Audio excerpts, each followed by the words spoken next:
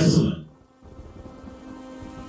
My name is Keen Decker, and I'm here to invite you to an evening not like most others. An evening where 4 streamers are pitted up against one another in hopes for fame and fortune. Will one streamer rise to the top and unlock fortunes like no other? Or will they all fall victim to the horrors of Marth's Dungeon?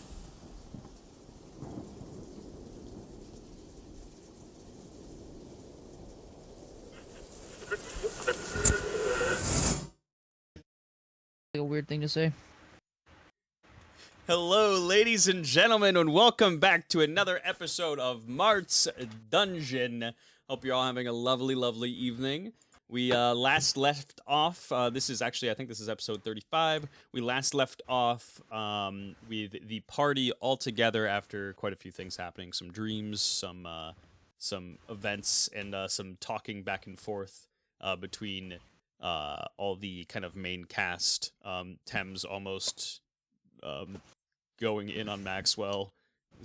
Very scary moment.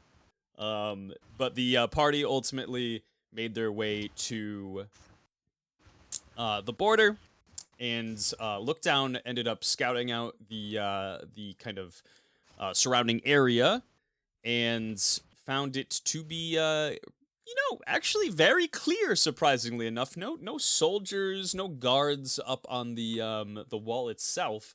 However, there was the Radiant Knight sitting in wait at an open gate, entering into Mechalite. And so Marth kind of hesitantly walks forward here and approaches the gate, and Look Down has the fire bombs kind of behind him, with Agatha and Gems laying in wait, ready for that good old ambush. But Marth here, actually, let me get the music up here. Make sure everything is good as well. For some reason, I had this on a loop, and then it stopped looping. So that's probably a good sign. Probably. And it is on loop. Good. Marth kind of starts to slowly work his way up, and he looks back to see kind of how close the rest of you are. And Look Down, what are you doing at the moment? I'm just following, waiting for, something to happen or words to be said. Okay, perfect. Marth kind of doesn't make his way any closer than kind of this tree. Steps forward very kind of cautiously and speaks to the Radiant Knight and says, "There's no patrol guards here. Why is that?" And the Radiant Knight... Give me 1 second. The Radiant Knight just very kind of calmly stands up and looks over to Marth, and doesn't really dignify him a response. He kind of pauses for a second, looks around, seemingly kind of just like not even paying much attention to him, and does finally give him a reply of, "They were sent away."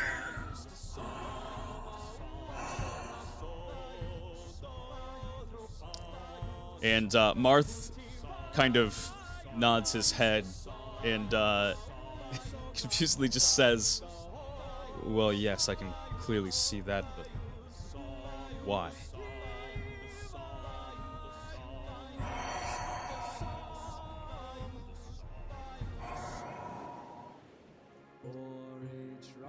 This sight brings back several memories of a great slaughter. Which, on a day like this, the slaughter 30 kings. And Marth just kind of doesn't really understand what he's getting at. It seems like he's kind of just speaking, words that he doesn't really understand or kind of follow along. And the Radiant Knight, after seeing his kind of response, continues. The 30 kings represent 30 individuals, 2 of which nobles, 10 immigrants, and 18 merchants that crossed the border. However, they did not make it into Mechalite that night. They were stopped and assaulted by border guards, Pitovian border guards. There is no tell of it in history. The guards were sentenced to death and labeled rogues by Mechalite and Batovia both. But none may know it, but it was, so to speak, the crack that burst the Selenium and started the Mecho-Patovian War.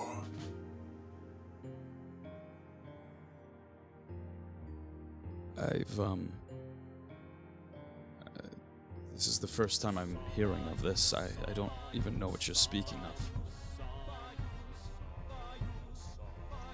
That doesn't surprise me. And with this, the Radiant Knight, from kind of behind him, takes out a severed head and tosses it right to the feet of Marth Silmance. And it is indeed, if not the actual genuine article, a very good replica at the very least of his own severed head. Ugh. Look down. Signal the fire. I do what I gotta do. You I light that bitch up. Perfect. And it, as you kind of light it up, it makes a gigantic kind of smoke that just poofs right into the sky. Very, very tall, very, very easy to see.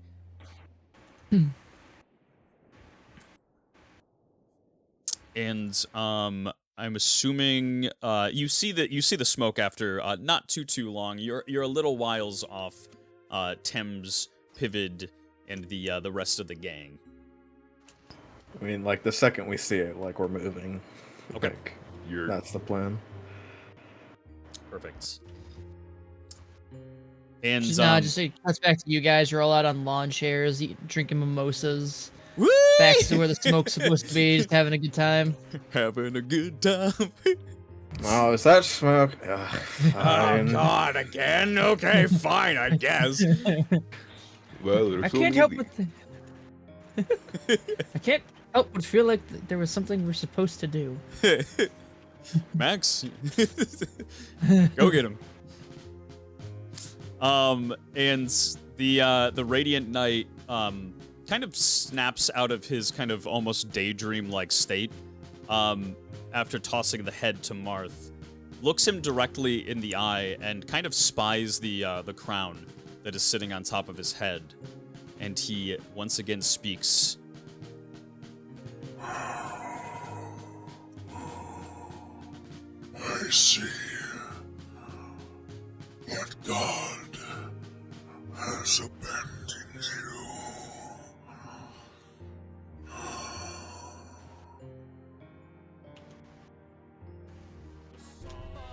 Like hell, he's abandoned me. You're the one that's all alone. You're completely outmatched. Yeah. That smoke signal as soon as the rest of And Marth kind of is just like stuttering while panicking, just looking at this head on the ground. It seems to be, it has to be his own head in his own mind. Do I see it? Yes, yes you do.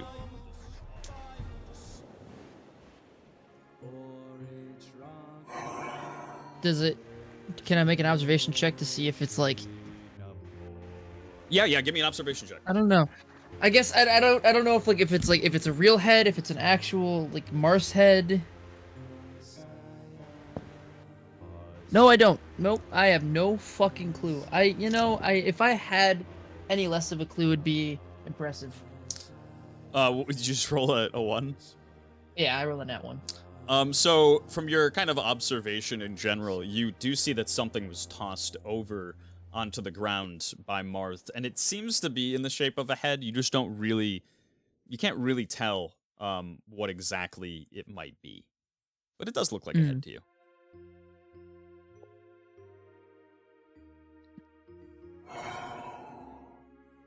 Not outmatched, outmanned. And with saying that, the Radiant Knight kind of readies his sword to his side, and very just not in a very concerned or hurried motion, just gets it readied, as if he's just casually ready to do combat. The Radiant Knight looks around, and just kind of pauses for 1 second, and says, The Fell Goblin. Where is he? I see that you have not brought him along.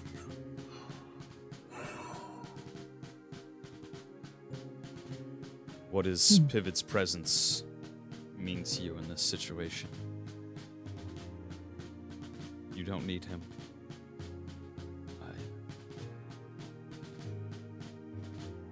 And Marth kind of raises his sword up and looks over to you, look down, I have conflict already in my hand.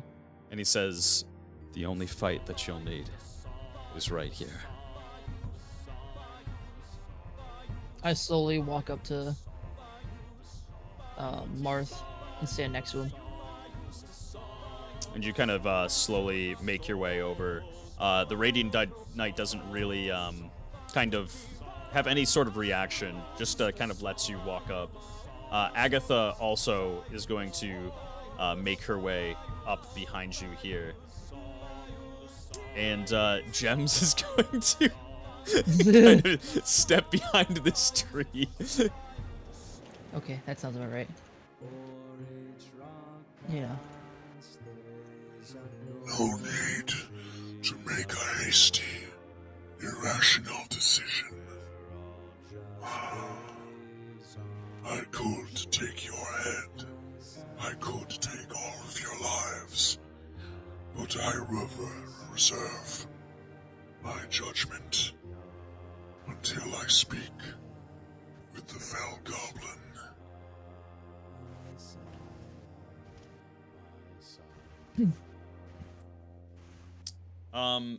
And Marth just kind of, he sees the head on the ground. The Radiant Knight has been saying so many things that kind of just don't correlate with him or any type of history that he kind of recalls.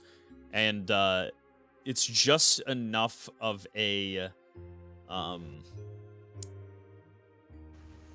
it's just enough to kind of make him lower his weapon just ever so slightly, and wait for the rest of the party to approach.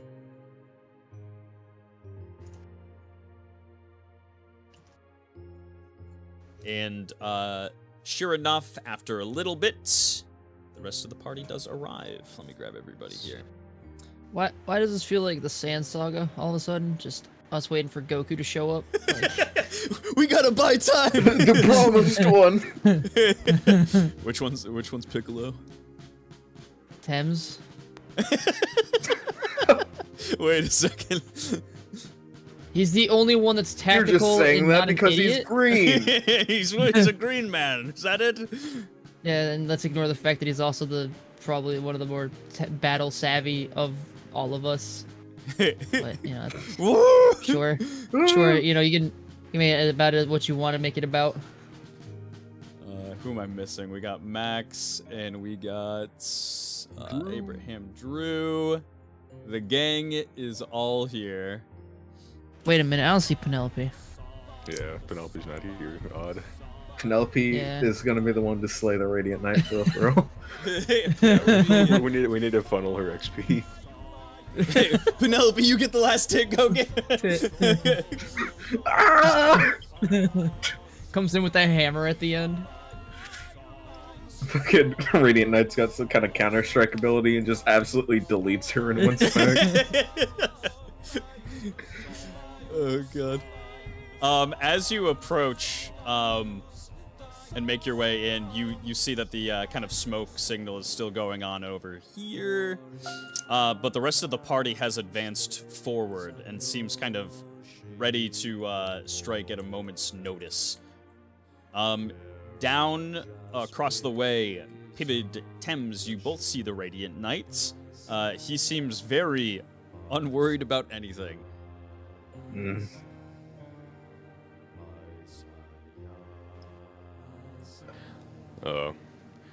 I'll kind of walk forward, Okay.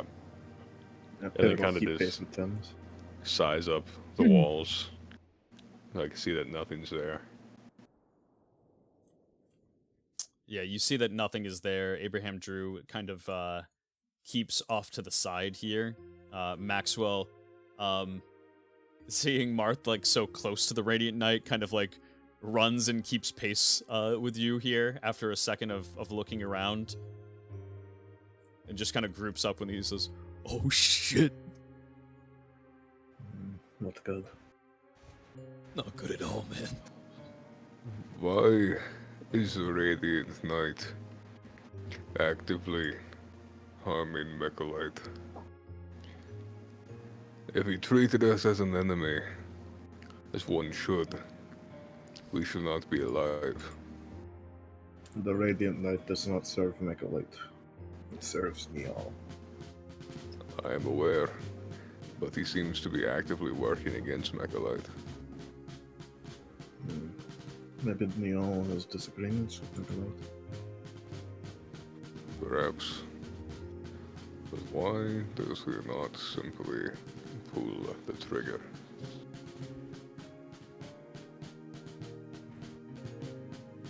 And you kind of make your way closer here.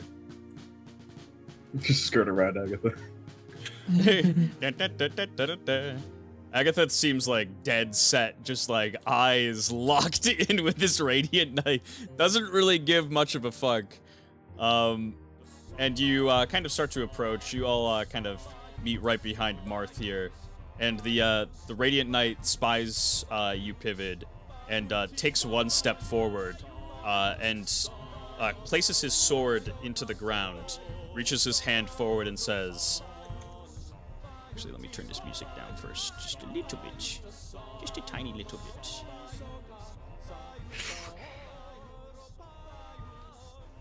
The tension can wait. Ugh.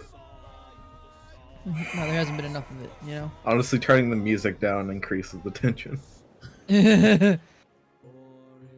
Why is it so quiet all of a sudden? Means we're gonna say some real shit here. Sorcerer.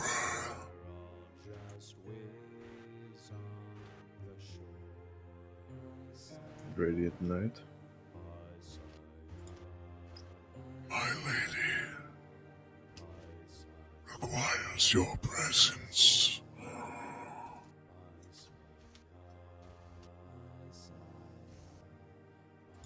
Mine. Yes. I believe you made a promise to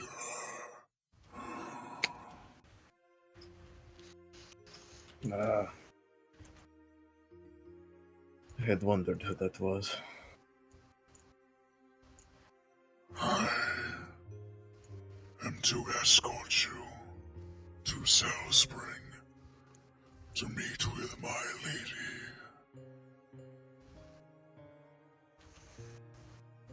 And the rest of my companions?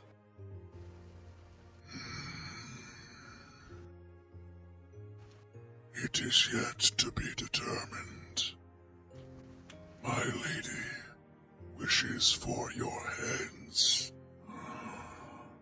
But perhaps you may be blessed yet. The decision is yours, Fell Goblin.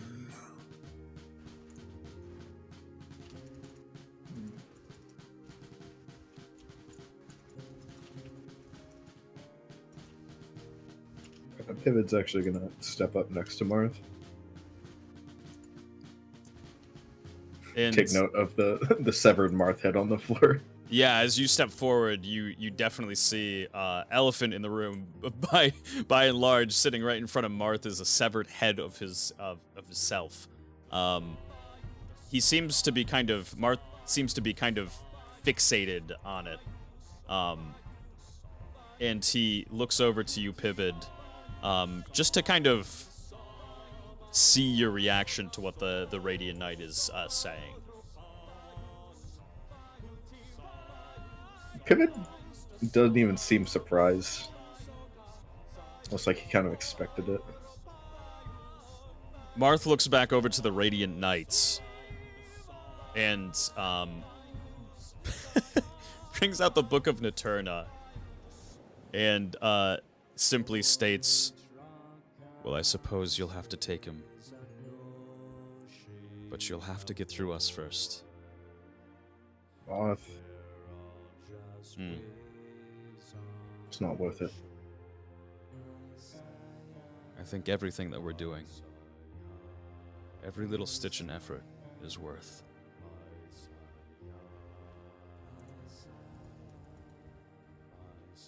Were we at full strength, perhaps half of us can barely stand. Pivot, if you go, there's no guarantee that you'll return. If I don't, there's no guarantee we all don't. Sorry, there's no guarantee we all survive. I think the chance is better to at least try the diplomatic option. And Marth kind of simply looks over to you, Pivot. He looks back to the rest of the party to see kind of your overall reaction to it as well. Well, look down just looks like his normal self. Inside, he's unhappy with what's happening, but he's not, showing that. Thames doesn't necessarily want to lose Pivot, but he also understands greatly. Sometimes you gotta potentially sacrifice yourself. Marth kind of turns back over to the Radiant Knight. Do I have your word that he'll remain unharmed?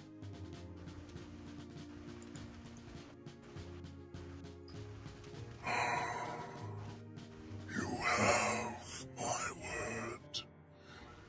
However, more importantly, you have my lady's word.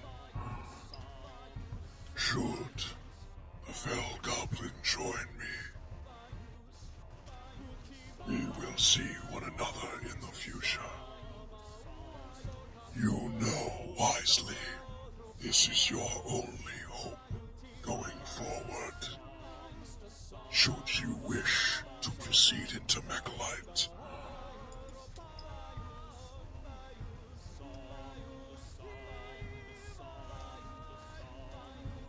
And Marth kind of just looks over to you, Pivot, and says, "The decision's yours." That's not much of a decision. Pivot walks forward. You start to walk forward, and he kind of walks to you and says, "It is a decision. Despite what it might seem, we do have options."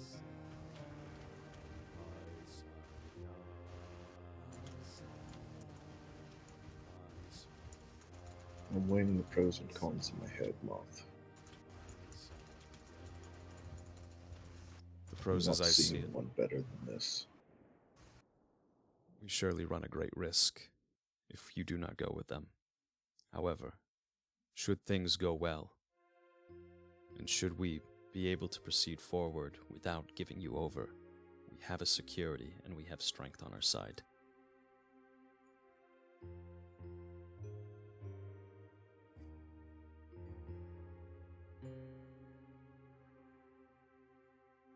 Pivot, you have been... And he kind of just says it quietly, as if not to speak loudly for everybody else. The greatest boon that I have had.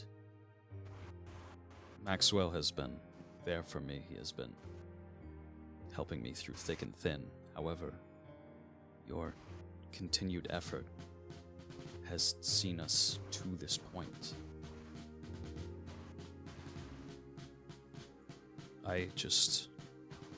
If I were to lose you, if we were all to lose you, we would not be able to recover. We would not be able to complete this mission. I guarantee you. What word? What does her word matter? What does the Radiant Knight's word matter? Her word matters because she gave it to my mother.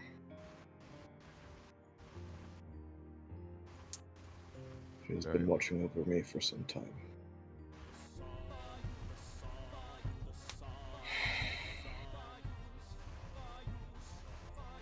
Then I will have faith. And I'll Marth, send a message to Thames if need be. thank you.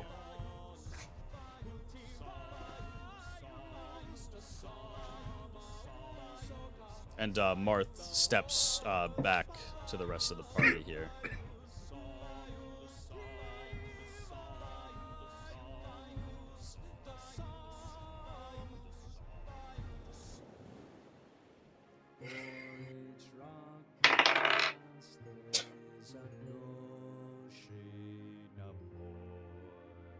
Undaunted, Pivot walks forward. You walk forward, and the Radiant Knight sheaths his weapon. He walks to meet you just in and around here.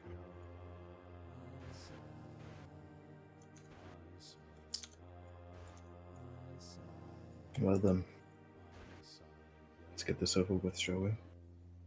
Yes. Shall we? We shall meet again, should the fates decide it. Should you reach Cell Spring.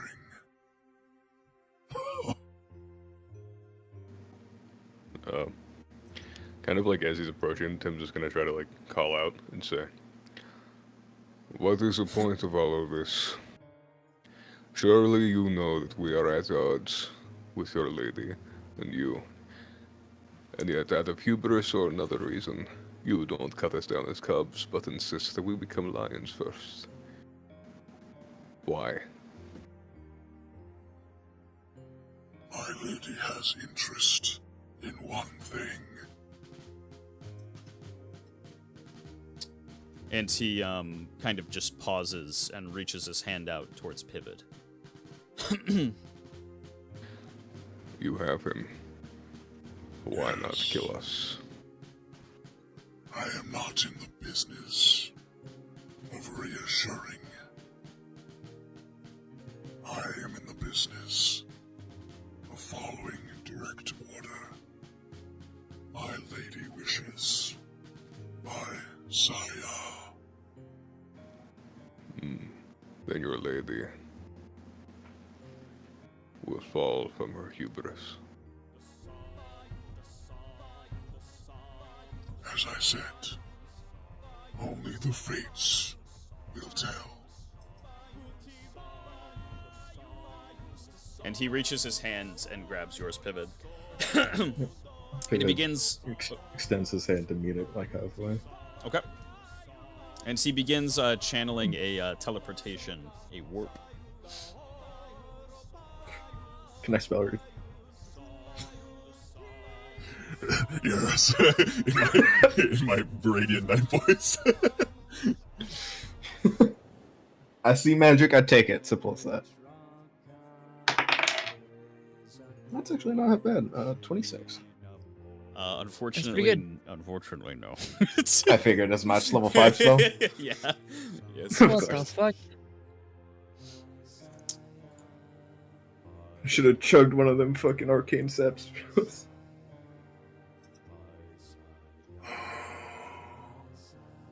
Juliet, Yes. perhaps you should be worried of Lord Eldrin and this Soliet that flies over the skies, rather than my lady. If you wish to cause harm to us, you will be met with force. It is as simple as that.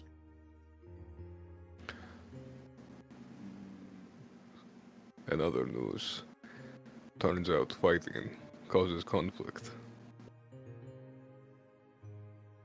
As simple as it sounds. Such is a soldier's logic.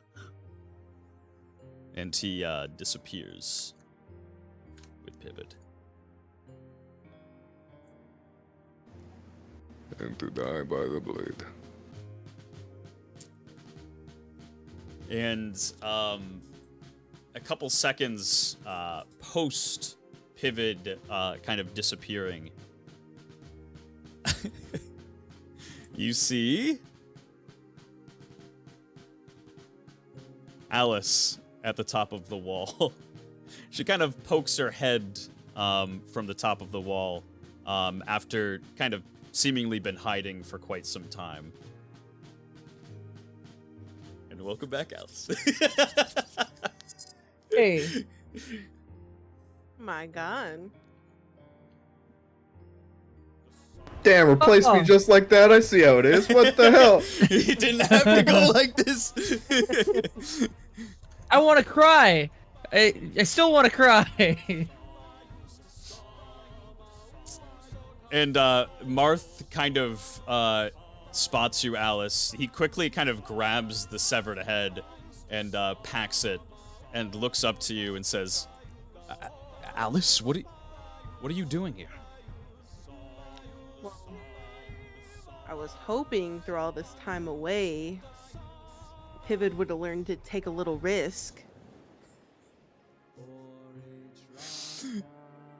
Look down, just starts running up. Kind of runs up right to the gate here. Doesn't say anything, just runs up. Tim kind of slowly walks forward and says, he just went with the Radiant Knight on his own to meet Niall, and you do not call that a risk? I mean, it's the safest option, so it's not as risky. If you say so. Yeah, but like, I don't know. Like, I don't trust any of them as far as I can throw him. Is he gonna be okay? Probably not. But such is this. You know, kind of like motion with his finger, like to the whole group.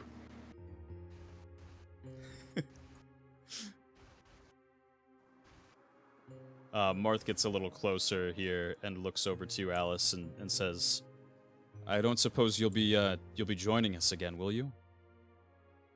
Well, you know, I said I'd be back. I just apparently have really great timing.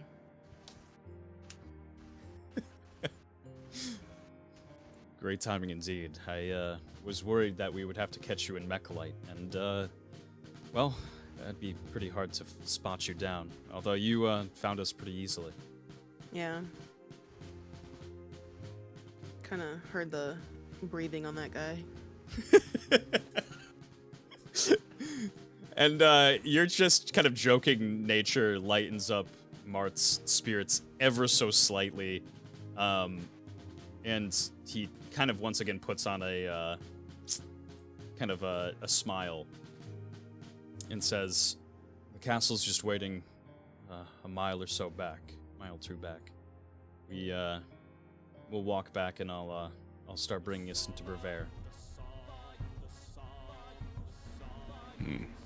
I need to go make sure that the person that's been waiting at the very far back of the tree line does not cut and run. You take a look back to see Gems just kind of like making his way out from the tree here. Not really moving anywhere, but just kind of cautiously making his way to the road. You, knife, now. Yes, of course. And he kind of gives his best run forward. It's very dainty, hands off to the side. And he hands the knife over to you. I was worried that we would get a great shellacking. I just... well, I'm just happy that we're all okay. You were worried that you would get hurt all the way back there. Yeah, well, no distance is too far away when in combat. Hell, those goblins that caught me were quite some time away, and they caught me relatively easy. I wonder why. Oh, pardon me. And he kind of makes his way and looks up to you. Alice, I'd like to make an intimidation check by just staring at him. Go ahead. Go ahead. If you were wondering if I was waiting this whole time for this fucking jack-off to do something, you were right. Oh no.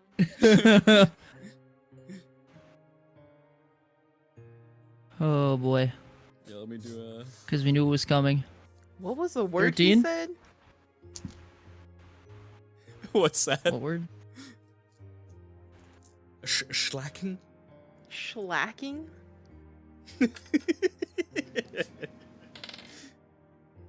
Yep, you definitely intimidate him. Good. He kind of goes to run past you, and you just immediately kind of give him a... and he kind of halts in his steps. And, he comes to a direct halt, and very kind of like, bashfully just swings back and forth on his feet and, gives you just a little wave. It says, Alice, I've heard much of you. Alice isn't gonna say anything. She's just gonna try to get down. Just make your way over in and bring yourself downstairs here. I shall introduce you. Meet Gems, the only man to ever get kicked out of Mechalite for harassing women. Oh, no. It was, No. a misunderstand.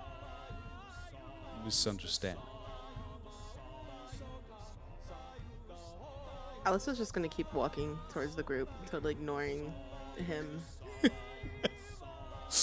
As Alice approaches, look down, gives Alice a hug. Aw. Alice is gonna hug back, but keep walking because this man right here. Yeah, Just like a don't worry, hug, look down. walk back. Space in between. You're walking towards Maxwell. No. Yo! In between a rock and a hard place.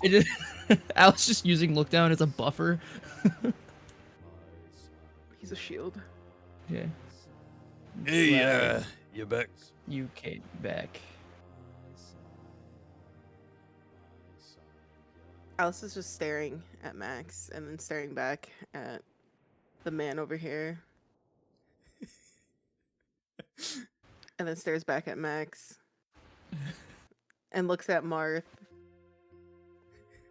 You couldn't just stay with Max? You had to bring another one? He knows Mechalite well, supposedly. He was gonna be barbarically murdered otherwise. I mean... charity, I guess. Alice is gonna look at him and go... At the what is his name again? Gems. Jims? Gems. Like the... Gems? Like okay, the Jim. sparkling of a night sky. Okay, Jim. The distance you see right here between me and you, this is the distance. Anything closer, a knife comes out. Yes, my lady, I will wait for you to reel me in. Only then will I move closer to you. Should you wait? Alice is gonna go to motion that she's gonna pull out a dagger.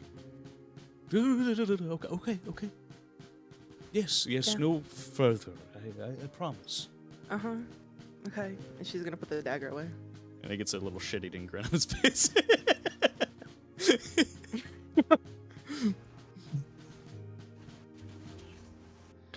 I don't like him. I don't either now. Marth, Yeah. I do not barbarically murder people.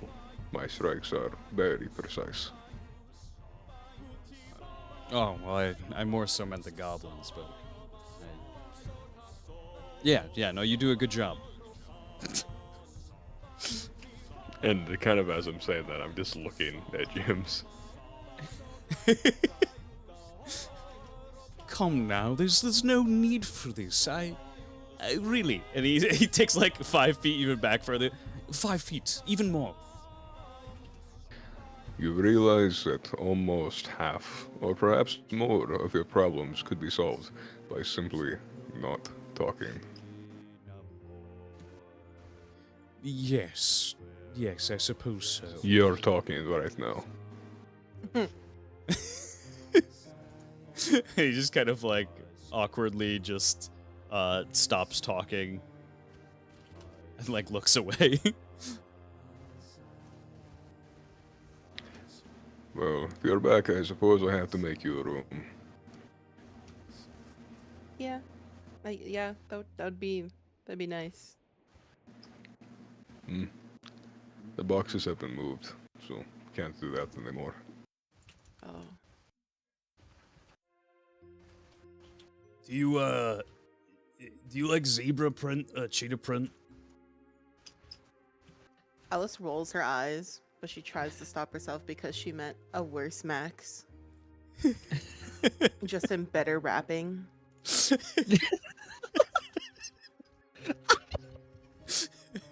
And she goes, No, Max. No, I'm not a fan. I can't say that I'm a fan. Yeah, me neither. Okay.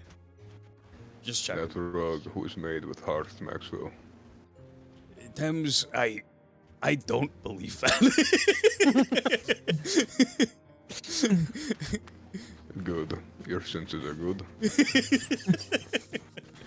At least Max is smarter than this guy, you know? He got that going for him, Yeah, too. he's got a little bit going for him. And Marth kind of just takes a step back and says, well, I guess we have no time to waste. The guards are gone for now, but who knows how long they'll be away. We should cross while we have the chance.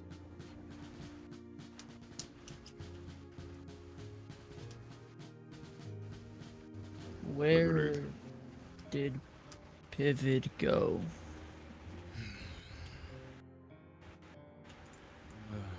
Pivid went with the enemy, right?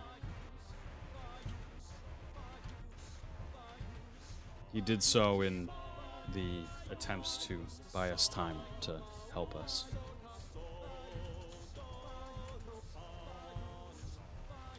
Does Bavelli sell time?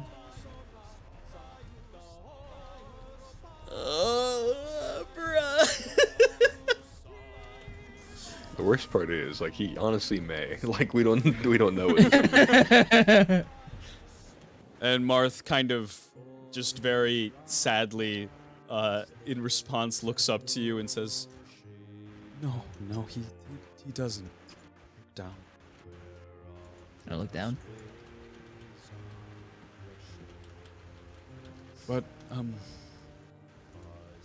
we'll see him again soon, I'm sure. We just have to have faith. Perhaps a miracle.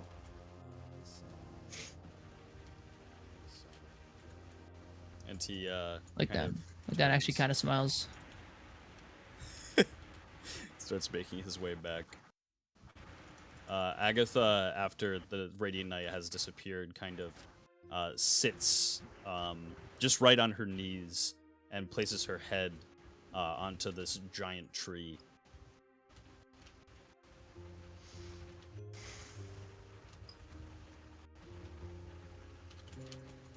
Marth makes his way out. Abraham Drew as well. I feel bad that I don't know enough to talk to her about it, but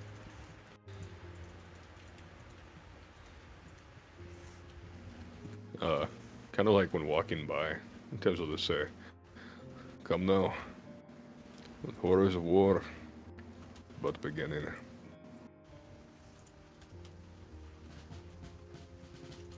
And Alice is go ahead, sorry. I was just gonna say Alice is gonna start walking.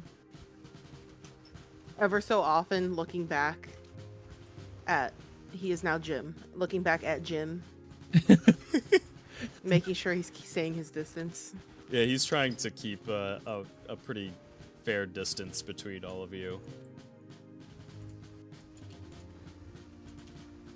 on the way back, Lookdown is like walking next to Alice, like telling her that now he can read and spell his own name and spells his own name and does like that, like, look at all the simple things I can do now.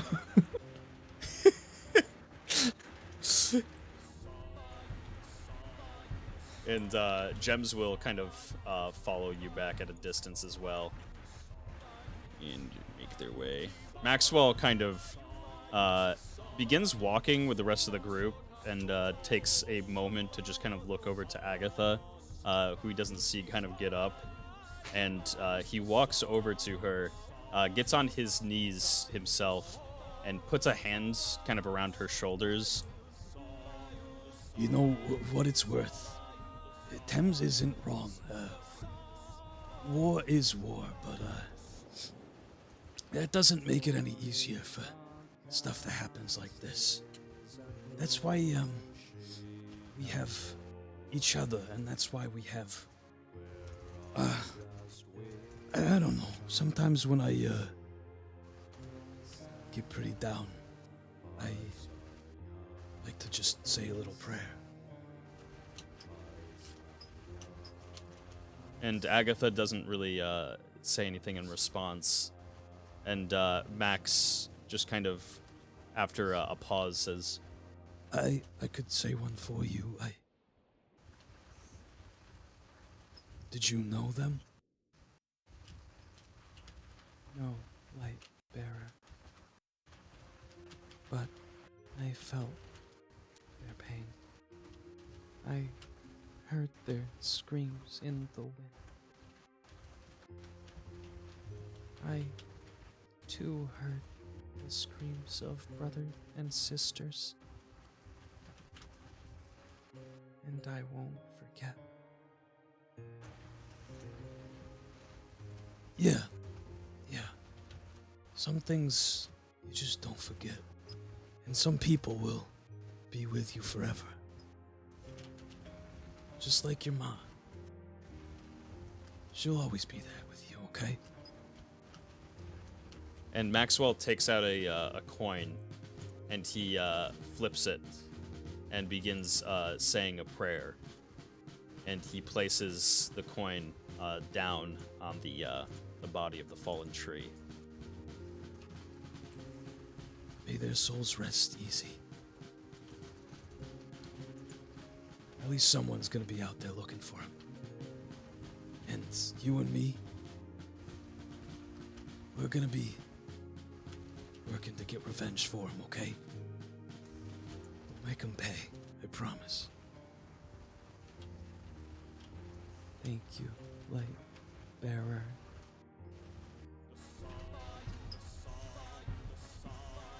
And Max gets up and walks without Agatha here.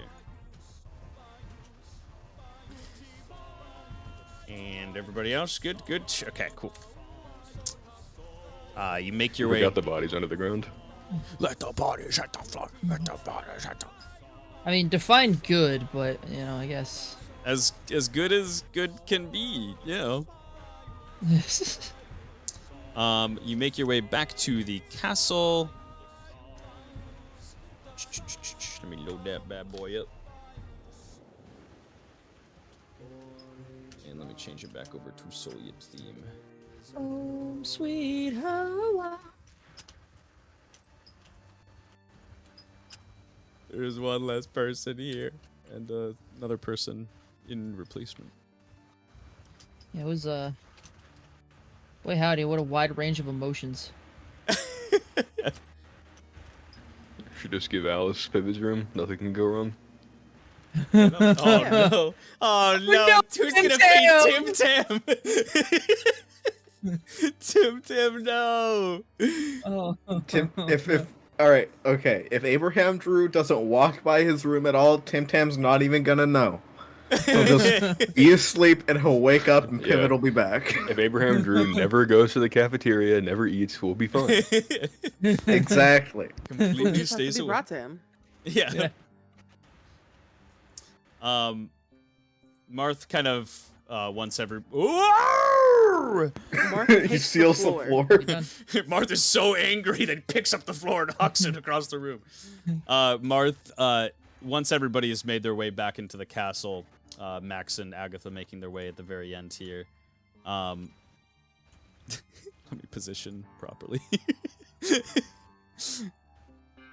Marth kind of nods to the rest of the group and says, "All right, well, we'll be heading off to Brevaire. It'll take some time for us to get there. Expect probably, I would say maybe 8 hours or so. It's going to be a long journey, so should you need to get some rest in the meantime, do so. Should you need to do anything, make anything, prepare yourselves for anything, do so in the meantime. But once we land in Brevaire, we don't know exactly what we're to find, but we will go as planned. We will give them suspicion that we are going to break their levees, blow them up, and flood their city. Should this threat be taken seriously, feel like it's well warranted, they should call men to us, and should that happen, we will in turn use those explosives to assault their troops. Does anybody have any questions?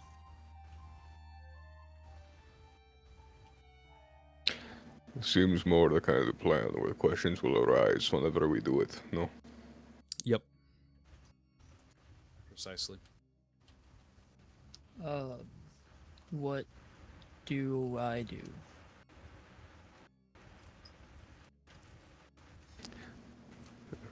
Well, look, then you can go with me. Which I assume I'll be part of the blow shit up thing. Yeah. Okay. The majority of you will be, if you will, heading out into the caverns to gather resources. I know that they can be sometimes relatively dangerous. We don't know what is inside those mountains, so the bigger the group that we send, the better. In the meantime, I'll try to run a distraction of sorts.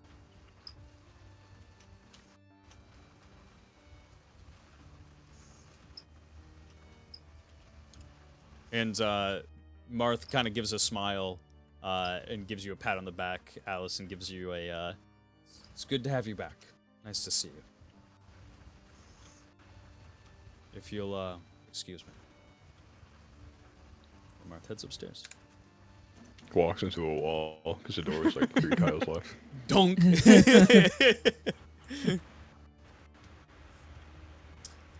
He's doing it. So, Alice,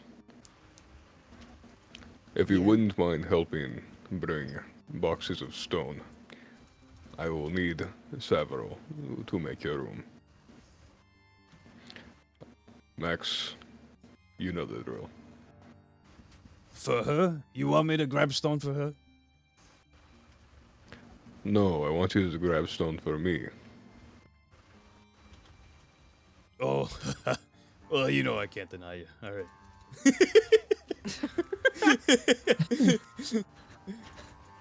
And Max begins kind of where did we place the stone? I don't actually remember. Did we bring it?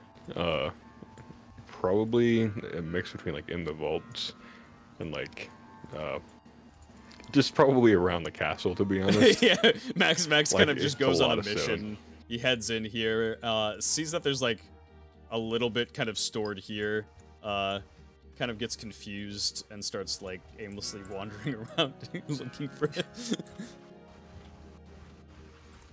He's killing it. And then, like, once everything's gathered, Tim's will go over to, like, next to Pivot's room. Perfect. After a wee bit of Maxwell traveling, he does make his way. Oops. Let me just grab Maxwell's token. Tim's disappears. Yeet. Oh no, there's 2 of them. Max kind of brings the materials over to you, and just gets very tired, leans up against the wall, sweating heavily.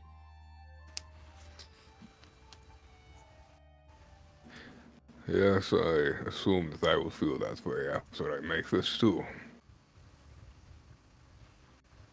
Yeah. And then Tim, with this picture. But you got like some like hoodoo voodoo magic thing going on, you know. I just I got, yeah. It takes a while, you know. What is voodoo? Voodoo, you know, the thing where they like prod the dolls and it gives you a little pinprick in the ass. You believed those people in Mechalite? Yeah. I've had a pain in my ass plenty of times. And I think I'm that's looking just at one right hemorrhoids. now. You have to get that, give me that.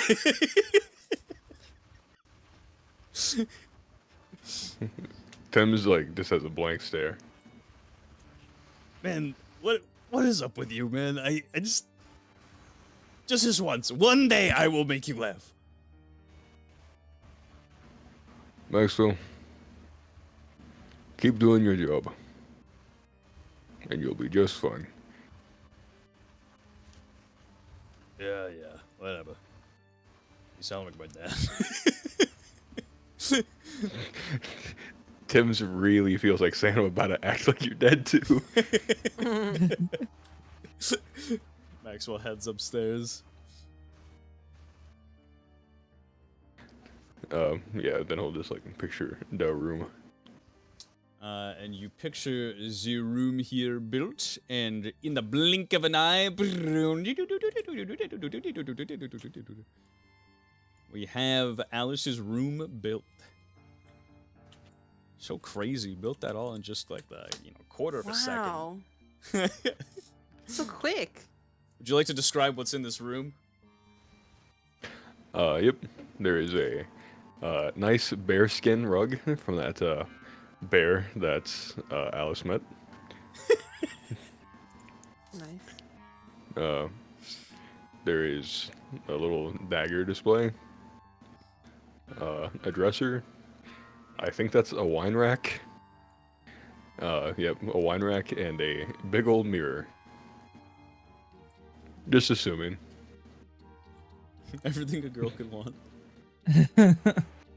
Aw.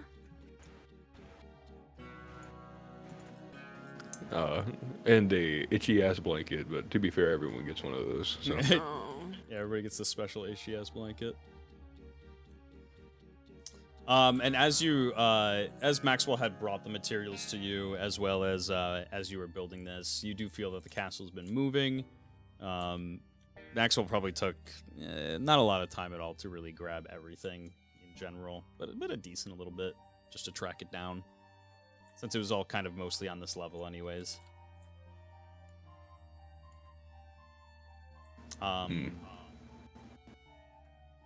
Is there anything else any of you would wish to do before you land in Brevaire? I'll listen for Malice that the room's built and then go sleep, because Okay. Thames is beat. Make your way back up here, and everybody is, it's one of those casual parties where nobody really knows what to do other than stand still and have a drink in their hand and just look around, make casual conversation. Hold on. I have things I want to do. Hey, chill. all right. Look down would go to Pivot's room. Is this before Thames or after Thames has been done here? Whenever. Okay, just sometime. Yeah, at some point, I would go to Pivot's room, and I will simply just look for a book. Oh. Yeah, you kind of open up Pivot's door, and everything is very, very neatly tucked away. All his kind of, regular attire is very, very carefully, hung up. No kind of creases in anything. Just very meticulously taken care of. Tim Tam, just as you enter the room, is completely motionless.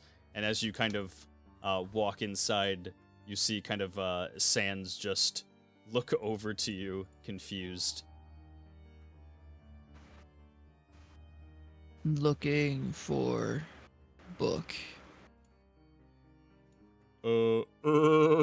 And Sans kind of just grabs onto the blanket with his teeth and turns his head towards the bookshelf here. Thank you. And I walk towards the bookshelf. Perfect. And are you looking for anything in particular? Are you looking for... I would assume there's a book that I had started on that I didn't know all the words to yet, and I'm going to probably grab that one. And that way I can read it, and then the parts I don't get I can try and get.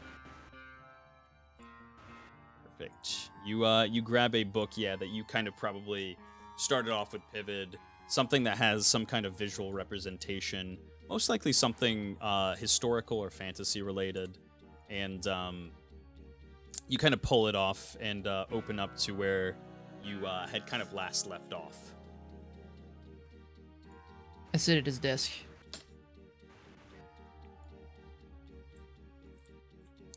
And as you go to kind of sit at this desk, you sit down realizing that despite you being kind of in great shape, having a very good physique, very skinny as well, as you kind of sit in this chair, you kind of tower over the desk, and you don't fit kind of properly inside the chair itself. It's almost like in Elf with Will Ferrell when he goes to sit in the chair and he's just way too big.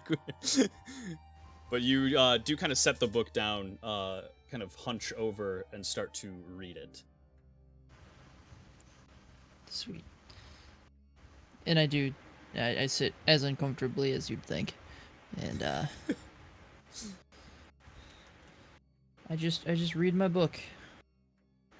Give me a flat. Actually, give me a.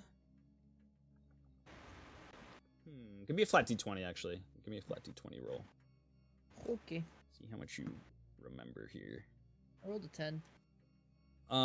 It's been a decent. It hasn't been a long time since Pivot obviously has been teaching you, but a lot has happened in the fact that like your mind has been racing a million miles per hour thinking about several other things. So you do retain some of the knowledge from the book before.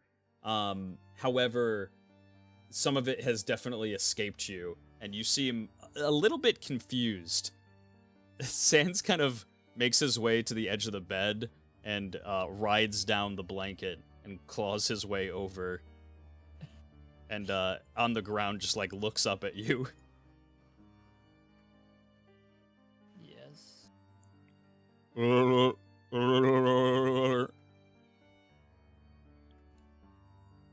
What? And he like realizes that you can't really understand him like Pivot does, and he looks up to the book.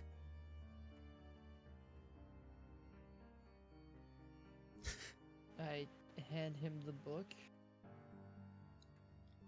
Yeah, you kind of hand the book down to Sans here, and he points to kind of like a page and looks up to you in question and says,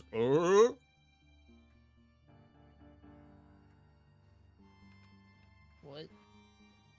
"Oh, hmm." And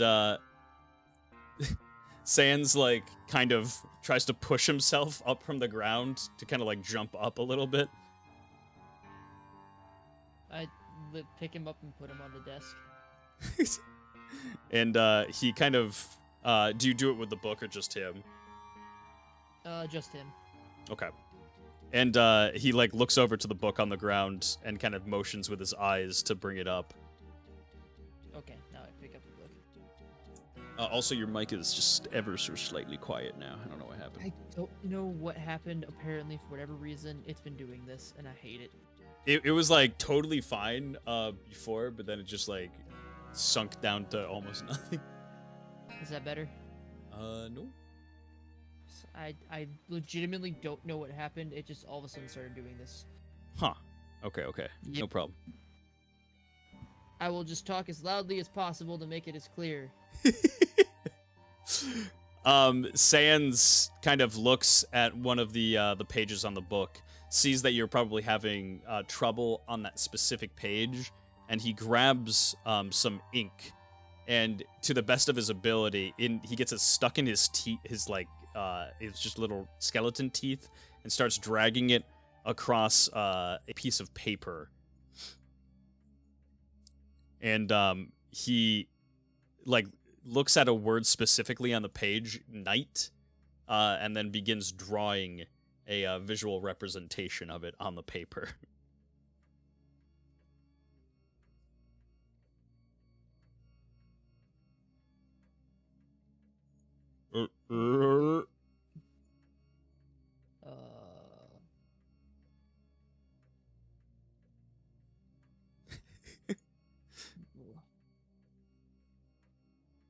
I feel more confused than when I started. Sans quickly bashes his skull into the table and then lifts it back up, crawls over to the word night and kind of scrapes his teeth across it, and then turns over to the picture, grabs it, and brings it right in front of you.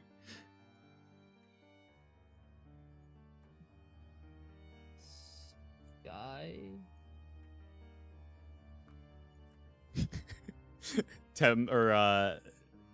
Sans kind of gives up, rolls on his head, and then rolls off the desk and begins rolling away.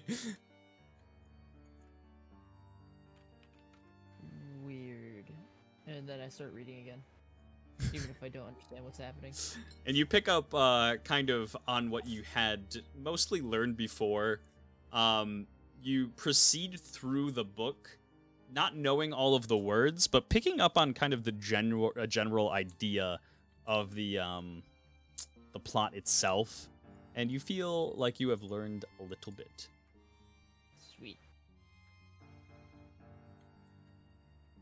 It was more of a, can I figure out words through context clues / can I get the idea of this book? The eggs and ham are green. Why are they green? That is not True. And anybody else like to do anything before we settle down?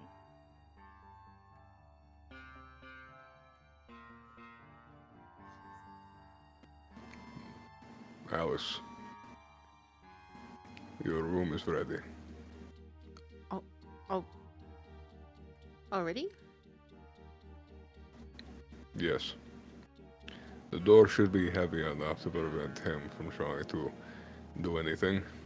Oh, and the furniture that I'm gonna put in front of it. Yeah. If he tries anything, well, Marth has already choked him out once. Oh, and he still acts like that. Okay. Oh, okay. Well, I mean, you saw the marks on his neck. We can make more. Yeah. Alice is gonna start walking towards the direction of her room. Does Jim's move in fucking Yeah, he accordance? moves 15 feet back and gives you a polite smile. She's just gonna keep walking. And then before she goes and steps down, she's gonna say, "A finger put on me is a finger gonna be missing," and then keeps going. And he goes to say something as if he had like a response to it, but then just like sees Thames, and he's just like, oh. It just begins kind of looking around the room.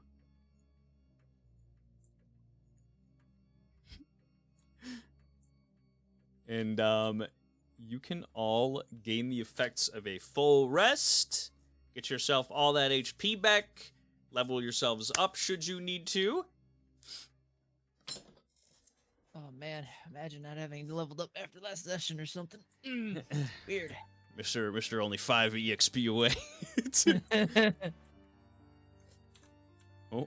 I know, you'll fucking do it again. That rat's a Surveillance champion sleeping. for real. And we are going to... Actually, let me blind you all for a second here. Yeah! Uh-oh. She maps. This map is going to take a hot second to load up. Let me tell you, because I got a little ambitious. We all decided to gaze on Maxwell's true form, and now we can no longer see. There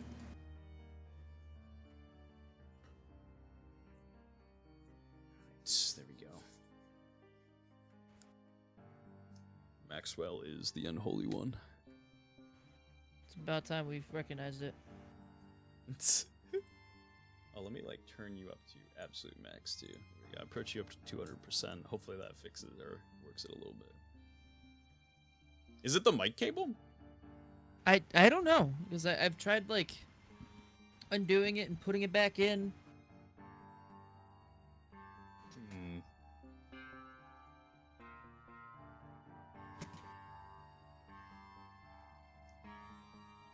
Yeah, sorry, it is still loading this map. It is working like 3 specific assets. Any minute now. It'll work any minute. Whenever Tim's wakes up, can he make the 2 items that he was intending to for Alice? Yes. Specifically, what were the 2 items again? Unnamed very sharp sword and wrist-mounted dagger. Yes, okay. Yep. Alright, I just tried unplugging and plugging everything I had back in. Is it any better? Yes, it is Okay. very good now. Okay, good. You sound crystal clear. There we go. It finally loaded everything. Alright, let me disable the fog. I feel like that's a longer loading time than fucking Reddish, bro. It most certainly is. It most certainly is. Alright. Alright. Hooey! No longer hide player screen. Oh my gosh. You have been heading for into Mechlite for quite some time. For the most part, you've been kind of hugging the west side of the U10 River as much as you can. There is not as much kind of in terms of just populace to be able to see you in a giant flying castle. So Brevera ends up being the first large city and populace that you're going to be coming across. Leading in is a large paved roadway in between two wedged mountains here. And you kind of just ever so You're closely good. in You're between. good. Yeah, You're beep, good. beep, beep. Make your way in here. And Marth kind of prepares himself. He's looking out the window into the city itself. But is kind of surprised at the sight of only a couple of guards being posted on the wall. As he heads closer into the city itself here and gets close to the wall, he sees a massive fog-like, almost blood fog, hovering over the majority of the city. Oh, that's not good. Marth makes his way in here, lifts the castle up far enough to clear the whoa to let me put this up to the top here. Perfect. Oh, maybe not. It's still. It went underground. Oh god. There's a freeway system. Yeah, there's a freeway system, of course. Marth makes his way over the guard tower here and finds a big enough clearing to kind of bring the castle down to a halt. There is a wall in the center of the city that he kind of avoids, and he makes his way over into the main square, sets down, and you all feel the castle come to a large kind of halt, not a crash. What's up, bitches? Did we just park in the town square? We did indeed. Nice. We gotta flex on him. Damn, I really shouldn't have left, huh? This guy's an idiot. Fucking hell. Yeah. Now who's gonna be the tactician? All right. Who we gotta rely on? Mr. Martyrdom, Mrs. Doesn't Give a Fuck, and Mr. Doesn't Know What the Fuck is happening. Well, now we need quarters to fucking pay for the meter here. Hey, yeah, I'm pockety. Just go to the treasury, pull out some silver. Marth is big. Marth is fucking thick. Let me grab Thames, the rest of the gang here. Oh fuck. Yeah, Marth makes his way out into the main hall to let everybody know that you have landed indeed. Your pilot has said you have landed safely in the city of Brevera. I just imagine the castle just having like one tiny little yellow circle thing on it, and I just fucking, I don't know why, but it's so silly in my head, and I love it. Let me just bring Agatha here, Abraham Drew, and Gems. Do we have to bring him though? I mean, yeah, why not? He's great. He's a good guy. He's looking a little too close to Alice right now. Really close. You're in stabbing distance. Yeah, Marth makes his way down to the main throne, and kind of gestures to you that you've all arrived. He looks to to you all and says, "There's something odd going on with the city. It looks like somebody may have made their way here before we did." Perhaps the witch? Marth kind of peeks through the door, pushes it open ever so slightly, and gives you a view out into the north side of the city here. And yeah, there are several men just kind of up against this lengthy fog that is kind of encompassing the city, and it seems they are holding it back to the best of their ability.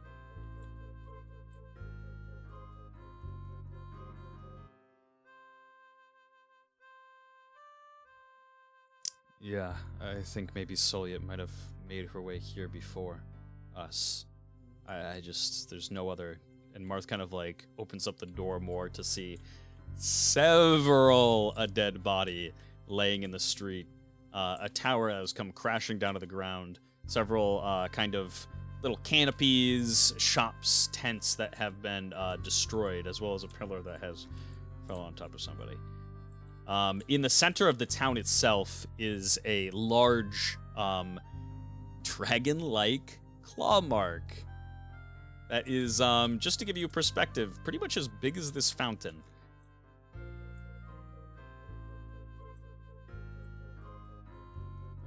Well, I guess we cautiously take a look around. It doesn't seem anyone is here to greet our arrival, strangely enough.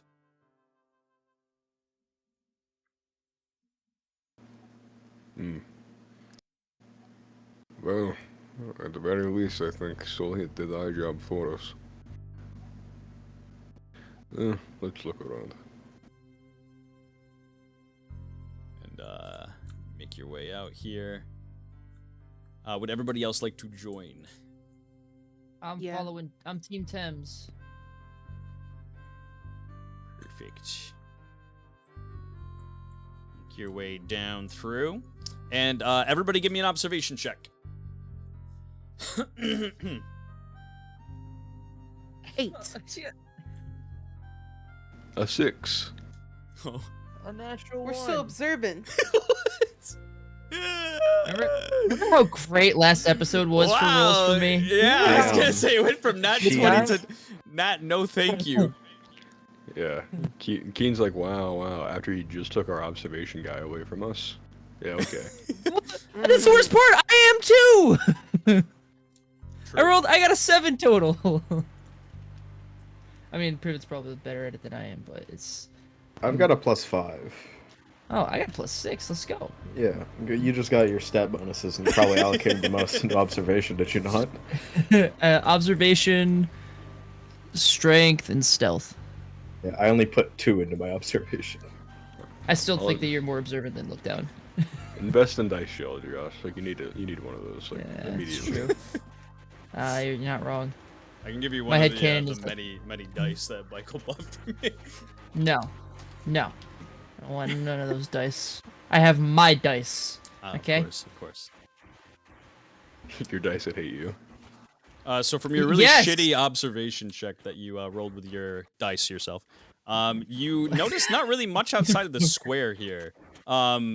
It seems like previously what I had said before, just a bunch of dead bodies in the streets, dragon claws going through solid concrete, and across the way here you do spot one person who is kind of just alive, and he's just kind of sitting here. What the fuck is that? Yeah, just the one guy. Don't worry about that. Don't worry about that. Just the guy. He's Just the alone. guy. Just a guy. By himself.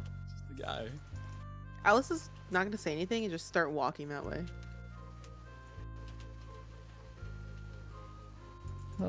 Follow. And Marth will kind of keep pace with you all. I'm just gonna continue looking around for a couple seconds, then realize that they left since I'm not the most observant person at the moment, and then catch up after a minute. I was gonna say, so you've been to Reddish, so you've seen like a city that's been relatively big, but this is like very, very expansive. It seems like it goes on for quite some time. Normally, like, the only thing you could equate this to is seeing like the sun in the horizon, very, very far off, but like you know for a fact that you just cannot get to where it is. Mm. Gems kind of looks around and he says, Well, goodness, it's been, well, only a year or two since I've last been here. To think that it's been destroyed like this. This is new. Oh, yes, quite new. This place is normally so beautiful. This part of town, not so much. However, alongside the opposite wall there, gorgeous city itself. Rich history, and yeah, just a pleasant place to be. This is the mining side of the city. However, it seems dead.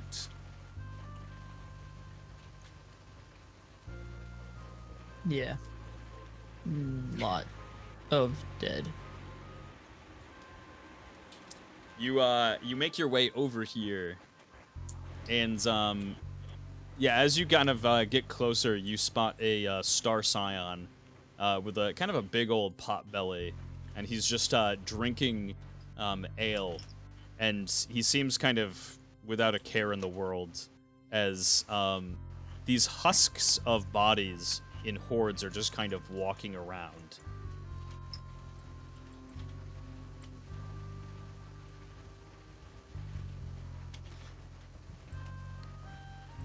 Alice is gonna stop and let Thames and Marth go first.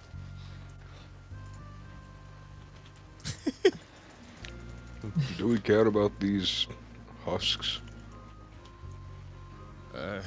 Do they care about us, I guess, is the question. Huh. And give me a nature check. I'm decent at these. Well, 12. howdy, I've never seen bigger minus.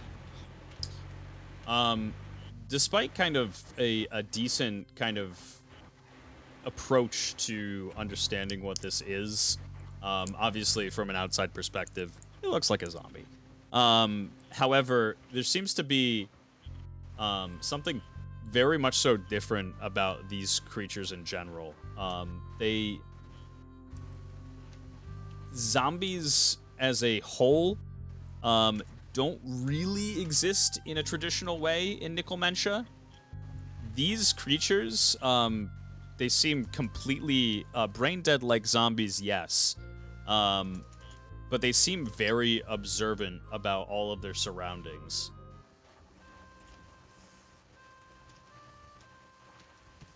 And as you kind of eye them, they're just casually walking around, not really paying any attention to the man who's just sitting casually on the chair here, or the stump, I should say.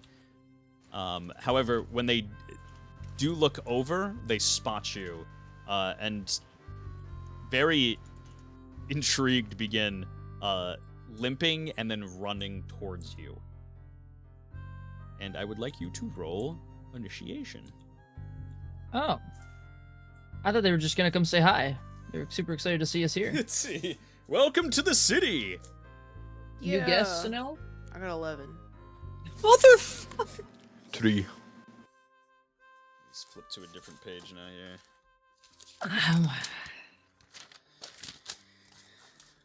11 for Alice. 3 for Thames. What would you get? I'm assuming a 1. Yep.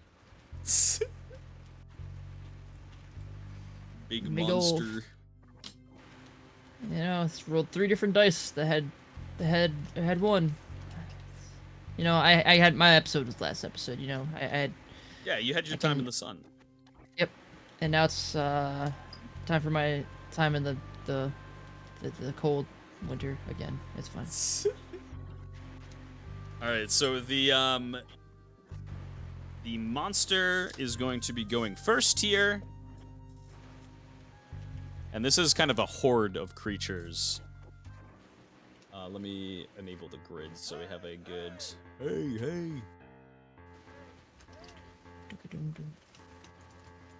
we go.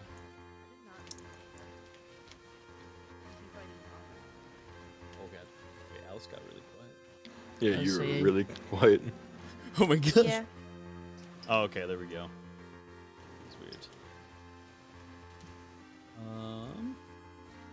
Agatha, Drew. Alright.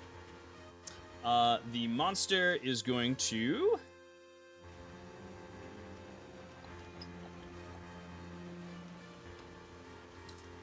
Things leave are very and never come back. fast. Very, very fast. There they are. They are going to run right up to Marth here. They are going to attempt to bite him, which they managed to do with 16. That's 2d6 plus 1 necrotic damage. Go into the dice bag here. Find me some d6s here. Yeah. I'm surprised you didn't try to make it a D4 as your first one. I wish. That is 9 necrotic damage to Marth. I need to heal Marth and then take away his HP.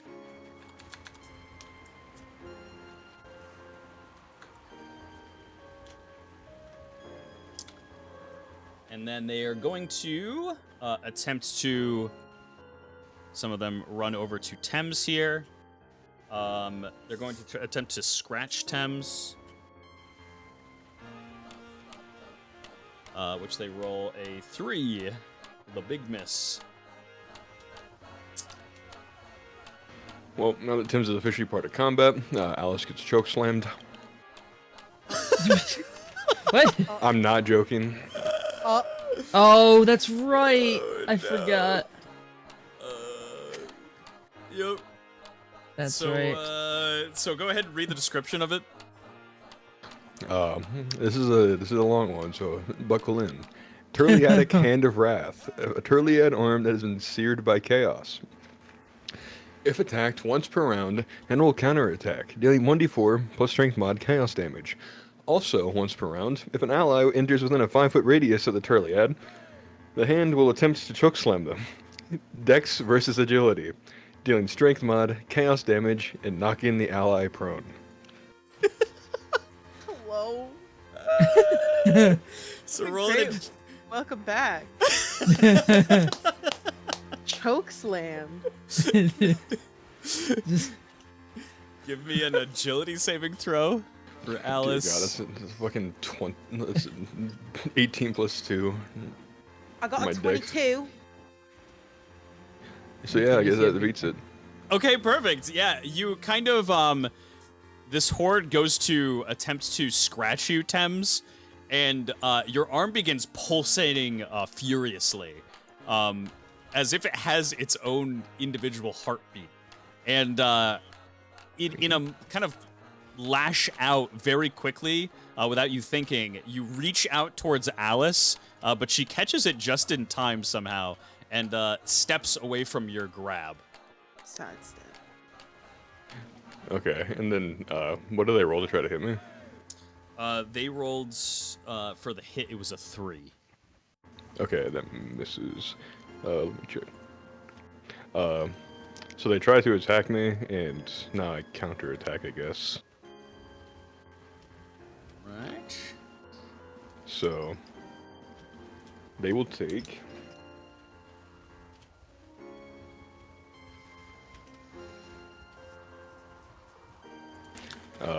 They will take a good old 8 chaos damage.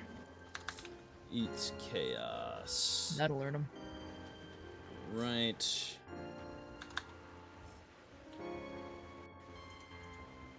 Alright, perfect. And with their last action, they are going to...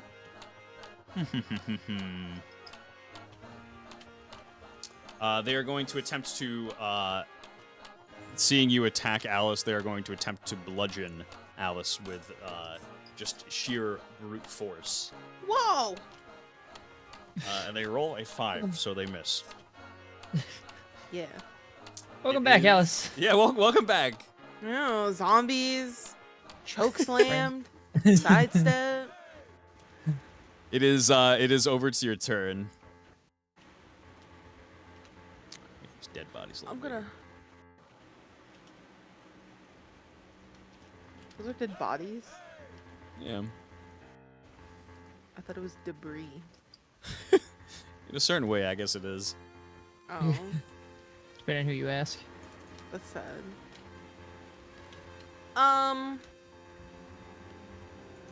It's my turn, right? Yep. Alice is gonna try to rotate around them, still like in their distance, but like just away from Thames. She doesn't know what that was. Fair. And then just go to stab one of them. Okay, give me a hit roll. 15. 15 hits. Okay. Haven't done this in a while.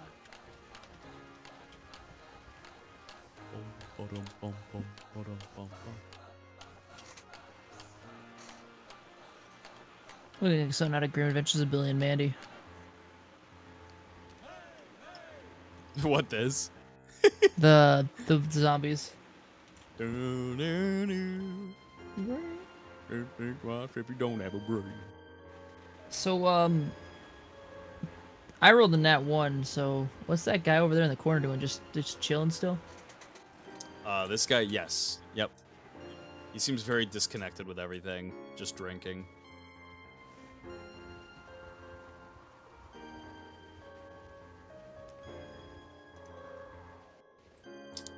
And, what did you get for damage, Miss Alish? I got a 5 because I just used the regular dagger. 5. Okay, there we go. And anything else with your turn?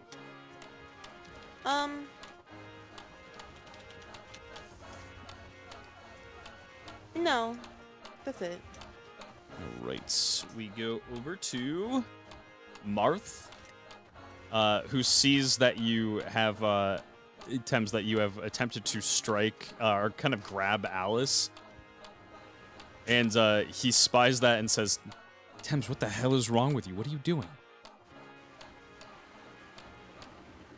I can't stop it. I love it. And at the sound of that, he is going to sidestep here and just make his way over to the zombie and attack it. He is going to... Yeah, he's actually going to just attack with Didamia. He hits with a 15. And, oh, I can roll these! Josh, do you want to roll the first one? Hang on. Alright, cool. Let me get the D4s out. I gotta find them again.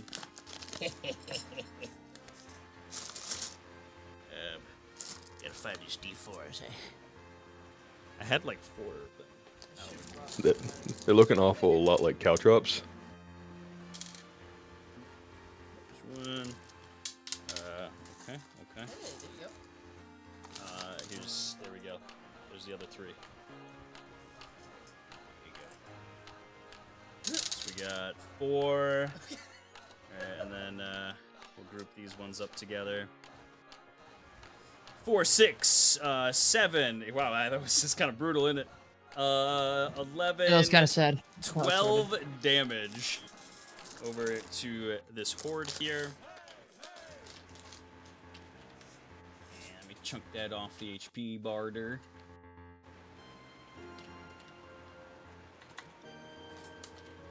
Alright. And Marth is going to end his turn. It is Mr. Thames' turn. Bill Hook. On zombie. Sorry, not zombie, my bad. Whatever the heck they are. I prefer Husk. That's an 8. An 8 does not hit. Okay. Things That's are true. relatively sprightly. Look down, it is your turn. Alrighty. I do a cool little run around. I run straight towards where Marth is, stabbing. You're using conflicts effect, stabbing once. Do a somersault over him, come down, slashing down on them, and then come back up and stab at another one. And you get a +1 should you want it, because you do have Unity dice here, as Agatha also rolled for her initiation a 1. Should you wish Nice, to add it to damage or hit. Got it. Well, that's a 9 to hit. 9 misses. Hey, it's 20 something to hit, That'll definitely hit. Yeah. and another 20 something to hit. Okay, and that'll do it. Yeah. Okay, I forgot what the damage is for this thing, so give me 1 second. You're I good. think it's 2d4. Okay. 2d4.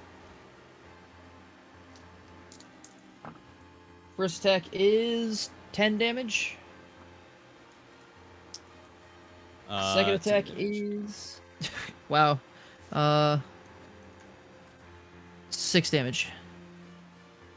6. Okay. And And there's As- fewer than one of them. It's done. in general, they are looking pretty rough. It seems that these individuals are not going down as a normal horde probably would. But they are looking rough.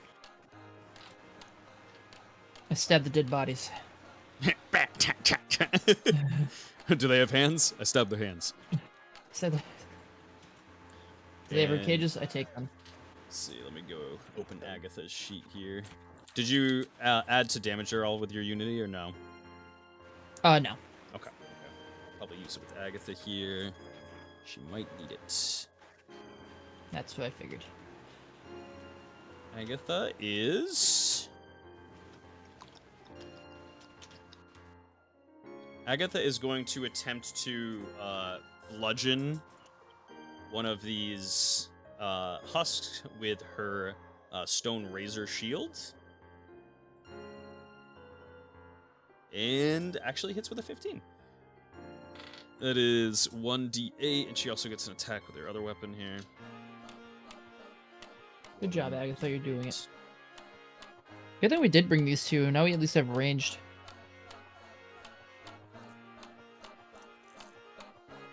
Let's see. Where the fuck did Jims go?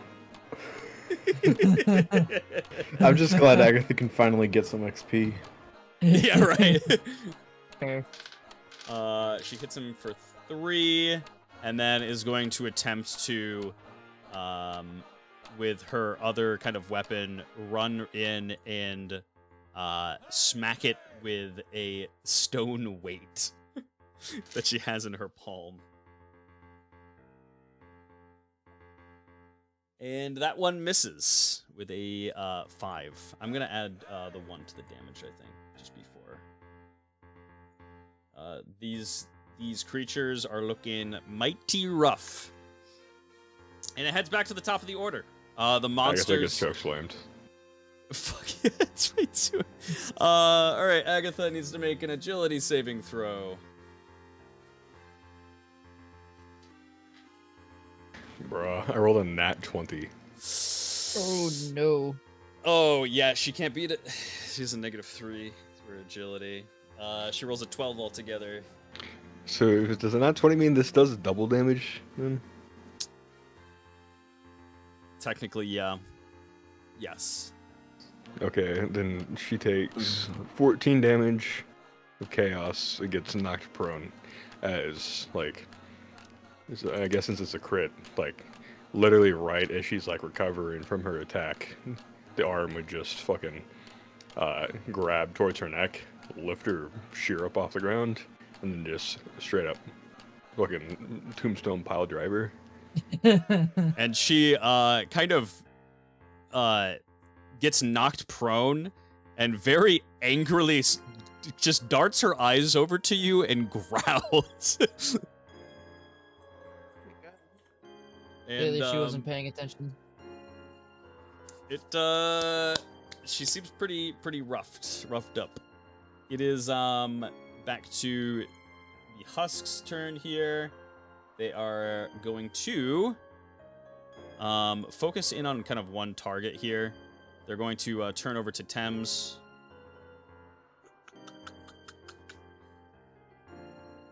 Since you are so active in attacking. And attacking every single thing that's around me. 14 to hit. They take 11 points of damage. They take 11 points of damage. Yep, counterattack. On the reverse side of it. Okay, right after they attack. Yeah. Yep. 2d6 plus 1.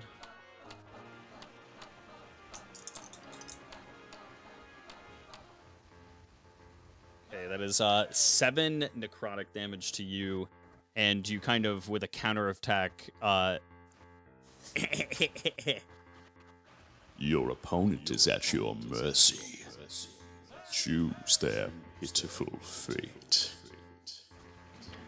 With the, like, after Tombstone pile driving Agatha, I guess, then as soon as they, like, kind of reach out to me, like, Tim's will take the attack, but then, like, as they're kind of making him bleed, he'll legitimately just take one of, like, the arms, and then just rip it off, and then just beat them with it. And you give them a little taste of their own medicine. And now that they're downed, blood for the blood god, Marth. Wait, no, Agatha, get over here. Should I read the other fun thing? Yep. Chaos Bed of Eternal Rest. Reaction: if Tim sees a target die or get downed, ally or enemy, he gains movement and attack action targeting the opposite of whatever is downed or died. If ally goes down, Tim's targets enemy, vice versa. So, after fucking knocking Agatha prone, Tim's just gonna try to bill hook her. And since she's prone, give it to me at advantage.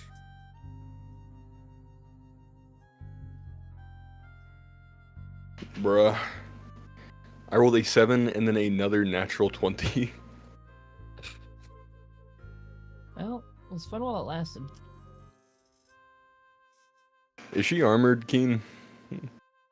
She has, let's see. Hey, just remember, everybody, this is Keen's fault. He's the one that ran her up there. Right? It's just... She is not armored. Bruh.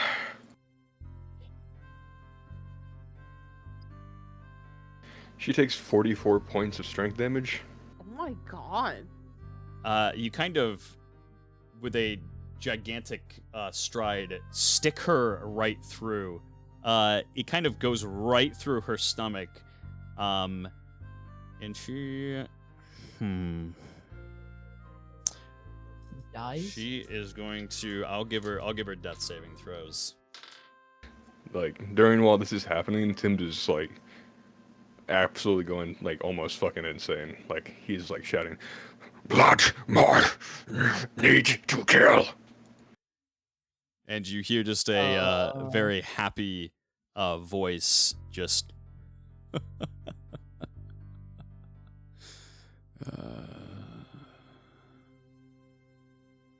I jump over the zombies and grab Agatha and move her aside. Just to, like, get her away from Thames. And Marth kind of quickly looks to see if the man is just looking in your direction, and he's not. And Marth turns back over to you and says, "Thames, what the fuck is wrong with you?" Is combat over? Yes. And then kind of, as this is happening, it kind of goes from like a to like a just heavy breathing. And then Tim's is just like, "That fucking plane changed me. I'm going to stand over here." And Tim's just gonna like try to keep a big distance. And Marth, just with no words to kind of follow, in just pure unbridled rage, kind of runs over to Agatha and sees her just kind of convulsing on the ground as she is going to start giving death saving throws. Marth looks around to see, and he says, "Healer, there has to be a fucking healer." Marth, and then Tim's will just like toss his bandage himself. "I'm not going to go near her. Use it. Marth kind of just doesn't even dignify a response, grabs the bandages and begins kind of desperately bandaging her up. It has salve as well. Perfect. What's the healing on it? 1d4. 4. Enough to give consciousness. And it will give her 4 HP back. And Agatha kind of sits directly up in sheer pain, trying to get to her legs to walk over to Thames, but cannot kind of get herself to her feet. She falls back down dizzily. Not light bearer. Dark heart.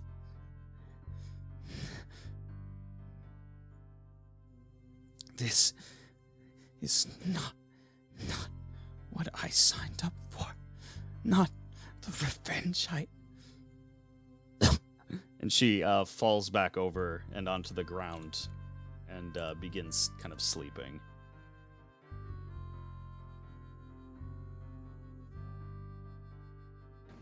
Whatever this is, I did not expect this. I knew this arm had a fucking mind of its own, but it seems my mind has been lost as well.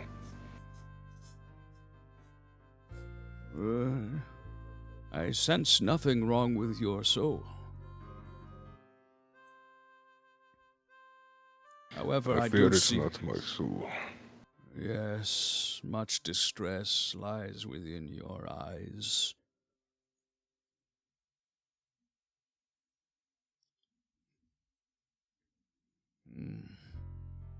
Perhaps it would be wise to keep him away.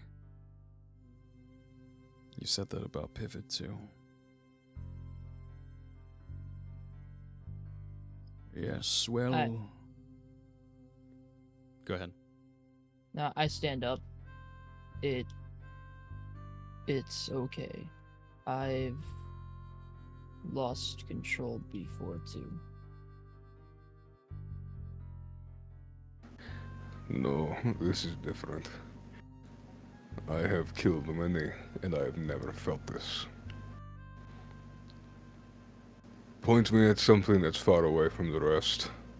Otherwise, I cannot get involved.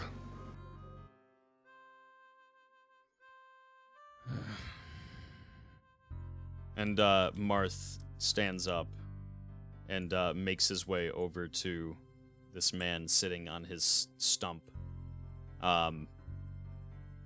He approaches him and expects the man to say something to him, but he just very somberly looks down to the ground.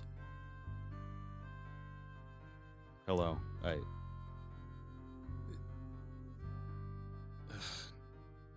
And he kind of just maneuvers around in front of the man and brings his chin up with his hand. What are you doing here? What happened to this city? And the man just looks to see Verdun Dawn sitting on top of Marth's head and just spits at him and lowers his head back down to the ground. He kind of looks over to this cart here, to what is a charred body. Well, he took my wife. And I suppose you think you'll come around here and take me too, don't you? You Patovian pigs are all the same. Can never get enough blood. Well, there's plenty of it over there. And he kind of looks over to the northern part of the city. Eat your fill, you piece of shit. You didn't answer my question. I suppose if you really want to know, you should already. And he looks over to the castle. I'm assuming that you came in with her. That wretched dragon landed down in our city, and with it came that. Descended like it was from the heavens itself. Within seconds, thousands just gone. My wife, I put her out here on account of her drinking too much inside the tavern last night. Local tradition to sleep it off out in the minecart outside. But I didn't expect not to see her.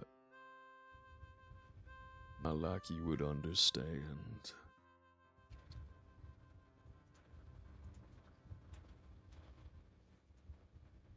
And he goes to take another sip of his drink.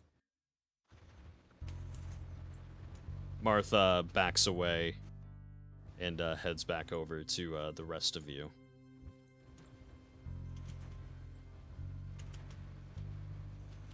He kind of starts looking around just to see if there is anything else going on the side of the city. I'm actually just going to roll an observation check for him. Are any of you else doing anything in the meantime? Tim's is fucking massively perturbed at his arm, which is like, at this point, probably just fucking coated in blood. Yeah, coated in blood. It seems that with the blood that you gave to it, it seems like it's satiated. Very pleased in its own sense. It begins to slowly stop pulsing and returns to what it normally would.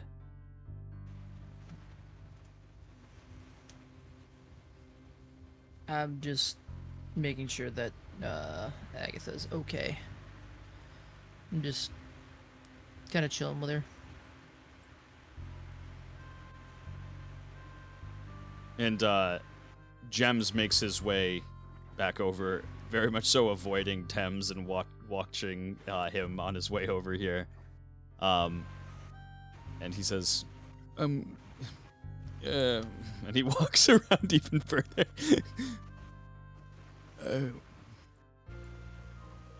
Your lordship, I don't suppose I know specifically what is going on here.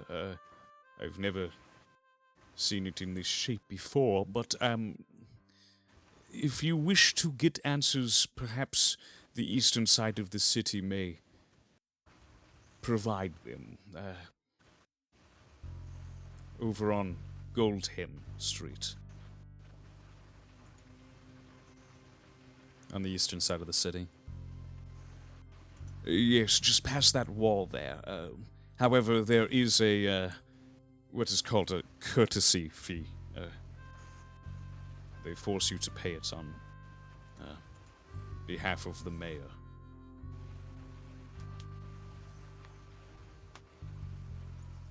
And Marth kind of grabs Gems and moves him over here and looks over to you, Alice, and says, Alice. Alice is just gonna look, but look at Jim. I need you to enter the eastern side of the city.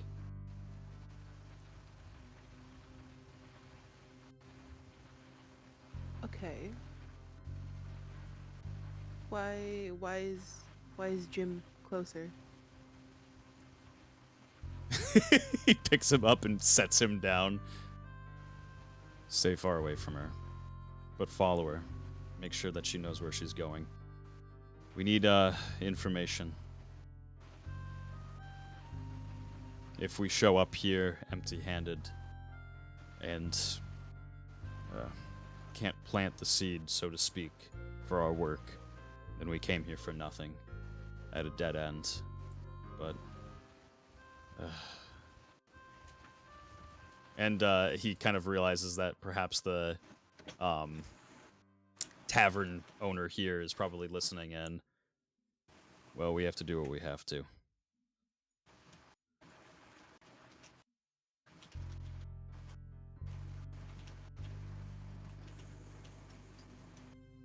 And Marth kind of walks up to you and turns to Gems and says, How much is it to access the other side of the city? Last time I was here, it's only a minimal fee. I think about 1,200. And Marth kind of just like looks over to you, Alice, and says, I'm gonna need you to sneak in. Alice is like, wait, I have 1,200.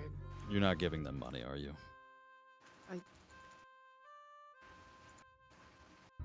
If it would be easier and less time around Jim, I would pay any price. I would pay the fare myself, my lady, but I, well, No, Jim. I wasn't talking to you. I wasn't talking to you, Jim. Yes. All right, sure. I'll make sure that you're compensated. No, it's fine. It's fine. And then she just sighs and goes, Come on, Jim. After your lead, my lady, I will follow. No, I want you in front of me. Yes, of course. A natural born leader I am. Alice thinks to herself, in this moment, this one moment, why couldn't it be Max? I would rather have it be Max. Oh yeah, where'd Max? Max didn't come out, did he? Well, yeesh. Okay, to be fair, we should absolutely not leave Penelope alone in the castle in this place. I guess that's true. It's probably good that somebody is with Penelope. As you're kind of walking across the town square here, or city square, you see several just dead bodies. Gems is stepping over them, and he every once in a while is just kind of looking back. Alice is looking at the floor. Alice is looking everywhere but at Jim. Perfect. You make your way over to the gate here, and in kind of a surprise, this guard he just kind of runs over and says, "Did you come in with that giant castle there?" And Gems kind of runs up to him and says, Quickly, please, lead us on to the other side of the city. My wife and I, she's pregnant, only a couple of months. Do you understand how precious a newborn baby's life is? Back off! I'm under a lot of stress here, okay? You see what's going on up there in North? I'm surprised that you two are still alive down here. I was told that I have to keep my station. Anything for you, Mayor. De La Rouge. And he goes to, like, salute. Even if it costs my life. Gonna walk up next to Gems and say, I'm sorry, he needs a lot of, my dear brother here, he just thinks I'm his wife, even though she was crushed by something back there. I don't know what it is. It's honestly kind of I don't even know the words for it, honestly. He needs tragic. Tragedy is what it is. If you don't let us through, our baby could die. He keeps talking about a baby. I don't know.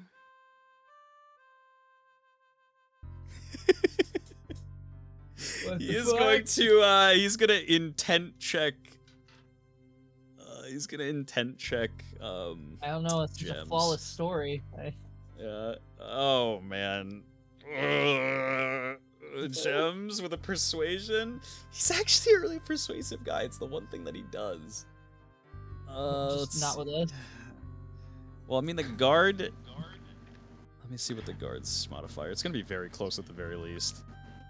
Persuasion stat on him being really high is extremely cap. It may be on paper, but that's about it. In practice, in person. He passes it actually by 1. The guard kind of just not really knowing if he believes the story or not fully, kind of tells Gems, he's like, back away. You're getting way too close. Listen, I don't want to be here just like the rest of you. This side of this town, I don't mean to be, rude or anything, but no one really wants to spend their days here in the western side. But you have to pay the fee if you want through. If the priest And had what's the to, fee? then you do as well. Yeah, What are you 1,200. thinking? You say, What do you mean? Well, because you've thought about it when you. I don't know. It's just The fee could go up for you if you like. really. Yes. She's just gonna hand over 1,200. And he kind of happily smiles and says, stay safe on the eastern side. Take some cover for me, I guess. Thank you, sir. You've saved a life today. As he kind of passes under the underpass here, he just gets a very big grin on his face. Alice is gonna push him forward. My God, so handsy. I suppose it's only right for you scraping the insides of my mind with your... Never mind, I'll save that for later. Alice is gonna pull out her dagger. Better be scraping the insides of his mind in a different way. And he... Away with words. He kind of gets a little bit of extra distance away from you. And as you kind of walk into the city, give me an observation check. I'll give him one as well. A 13. Nice. Both pretty decent. As you kind of walk into the city here, this eastern part of town, the very steps that you kind of walk down on this paved road are all paved in pure gold. And give me a nature check too. Nature. Check. Yep. Oh, a 2. Your eyes are so kind of fixated to the roads in general and how overly, kind of gaudy and ridiculous it is, that you don't really notice anything else in your surroundings. You do, however, see down at the end of the street here, crowded by a large group of people, is a man standing and speaking to this crowd.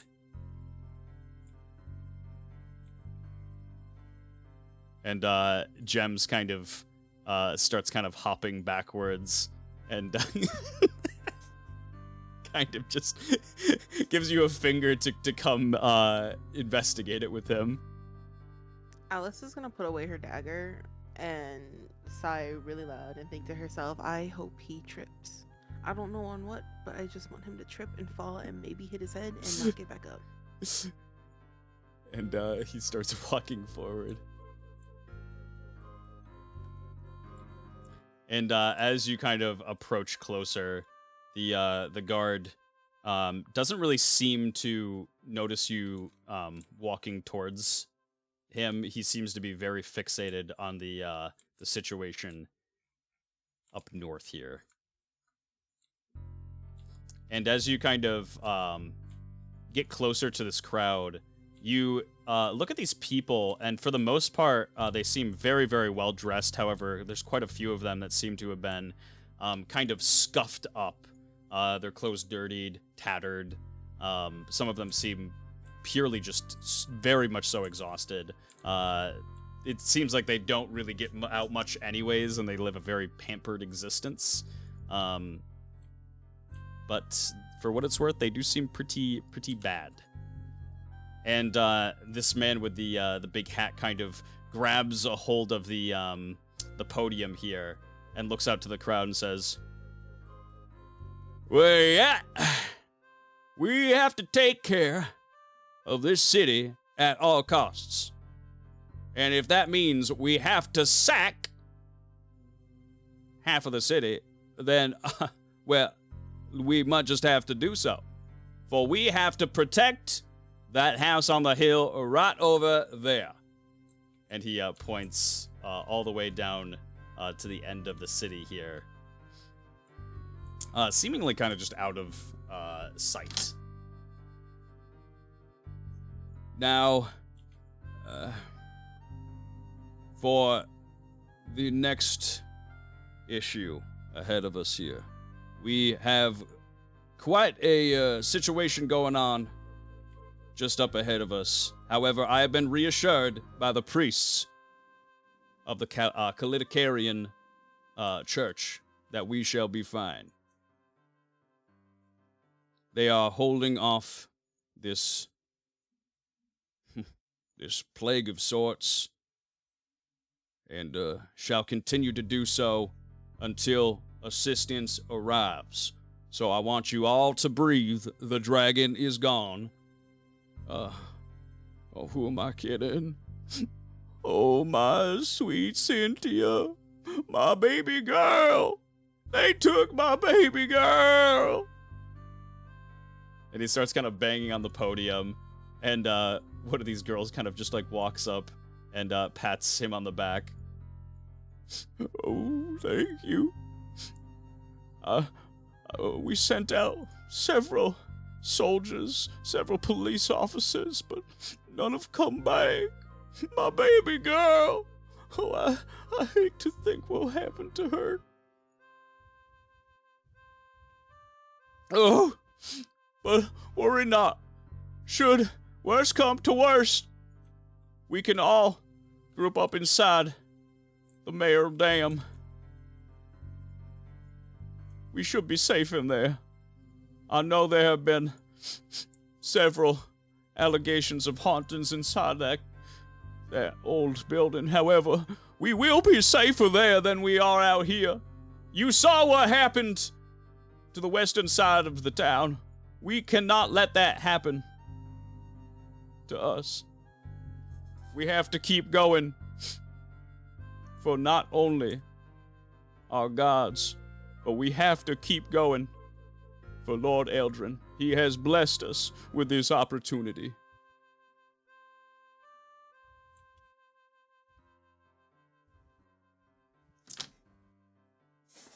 And Gems just kind of walks backwards a little bit and looks over to you, Alice. This is more or less the way this city is, yes. It has always operated under this circumstances, I suppose. Dire circumstances? No, but... Crying on a podium? Yes, that is the Mayor de la Rouge. He was here back when I visited last. He has a daughter named Cynthia. I guess she's gone missing. Is it like a kid? Like a kid? He looks pretty old. Is it a kid or is it? No. And he kind of like looks you up and down. More or less your age, I suppose. If you don't look at me like that. You could have just said like your age. Do you know manners, or were you just born like this? What do you mean? Were you dropped? The only thing that is dropped today is my heart, my darling. How's your relationship with your mother? Why do you ask? Fine.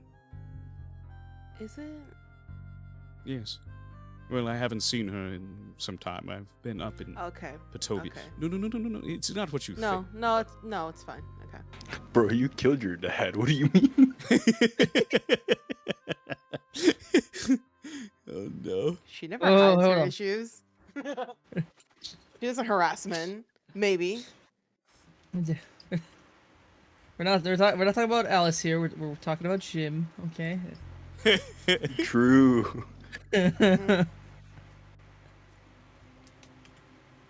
And Gems kind of looks over to you and says, "Well, I suppose we don't have enough to really go on, though. We still don't know specifically what's happening in the city." Why don't we just talk to the mayor? That's a great idea, my lady. Brains are just splendid looks. You should go speak to him. You, us, we should. Well. You only, alone. Oh my goodness, okay. And he clears his throat and he says, "Back when I was a child, I believed I could be a great actor." Watching that. I see that belief never died. Oh, Mayor. Oh, Mayor de la Rouge. Alice shakes her head and looks down at the ground. And the mayor kind of looks over to Gems here. We just came in from a couple of towns over. We heard what happened to the city. Such a terrible and heinous thing. Your daughter, you said, she's gone. Your sweet Cynthia. Oh, I remember her like it was yesterday. And the mayor kind of just like looks down the way here. You know what? Let me just give an observation check.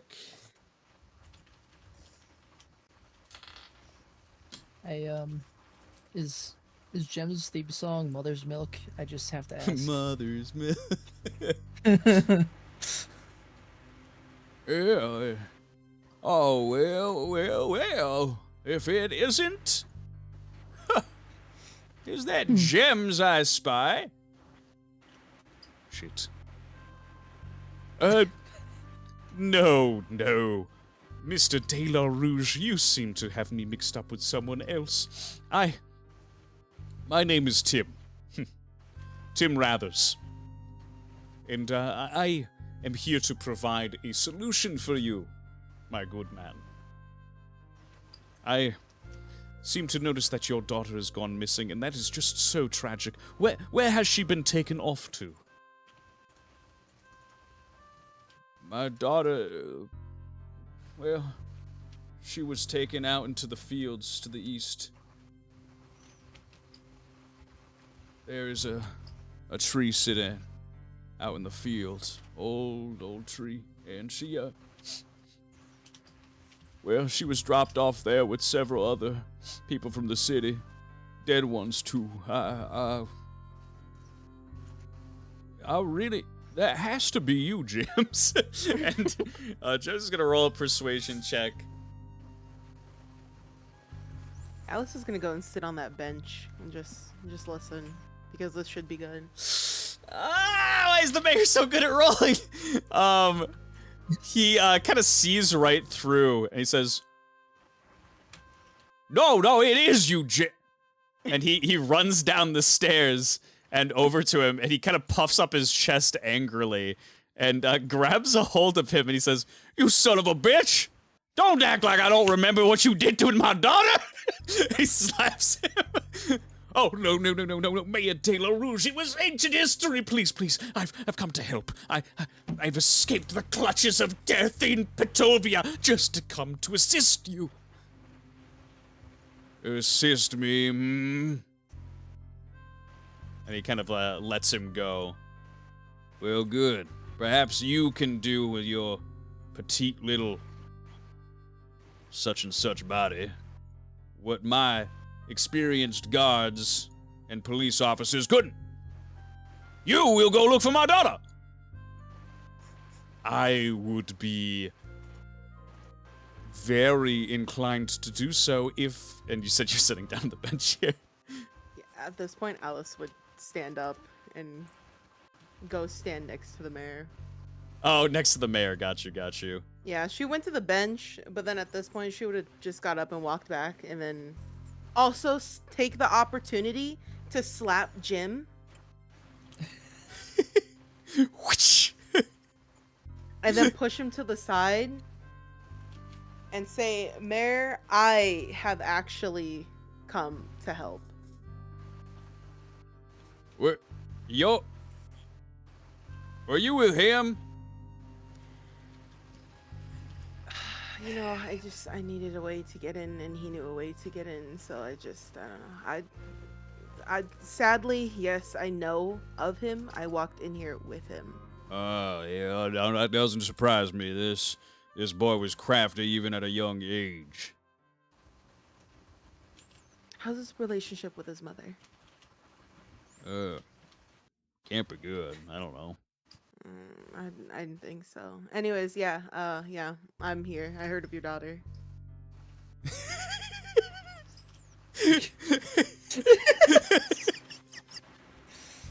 So believable. Well, that's good.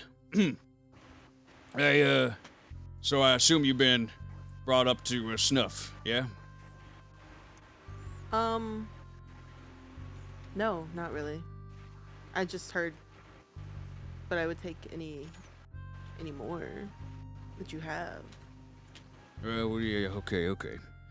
Well, it turns out that a giant dragon descended on our city, something that I've never seen before, with immaculate strength. Killed many of our citizens. We're lucky at all to be alive. The kindness and good nature of the priests over there have kept this fog from protruding our city. However, me and my constituents here are far from relieved.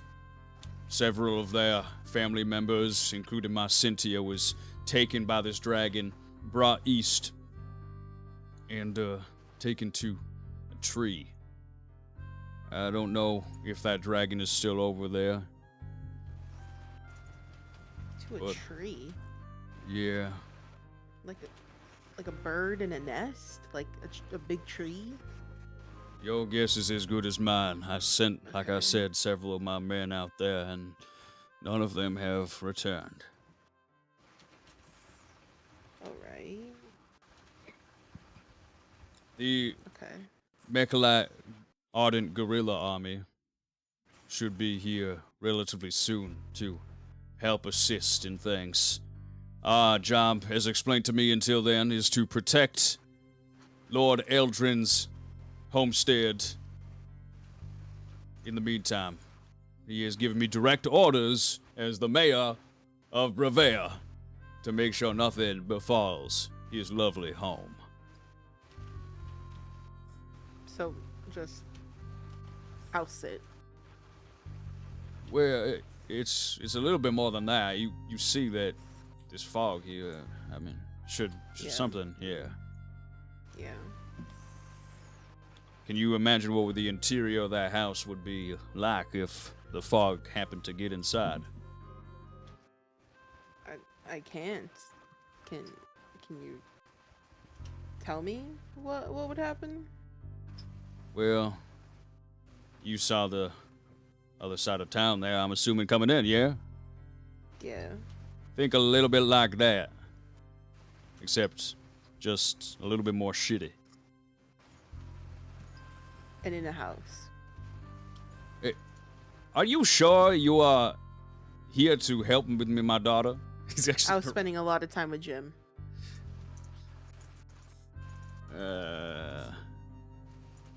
Fair enough, I suppose. That man is draining to anybody he comes across. He's just kind of like talking to this Yeah, woman he over is. here. No, leave her alone. Leave her. Don't, ma'am. Ma'am, for your own well-being, please don't let that man come towards you. He's Just- kind of charming. No, he's not. No, he's not. Don't lie to yourself. You are worth a lot more than whatever is pawing at your knee right now. What she means to say is Jim? yes. Over here. Stop. You're a nuisance to the public. You need to be on a leash or something. I don't know.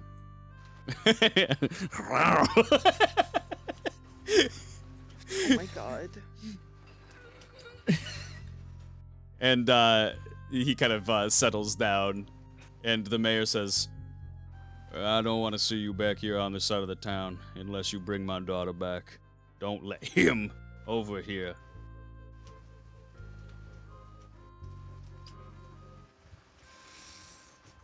I mean, if the opportunity arises, I'll feed him to the dragon. So. Well, that brings a little bit of hope inside my empty heart. If you'll excuse me.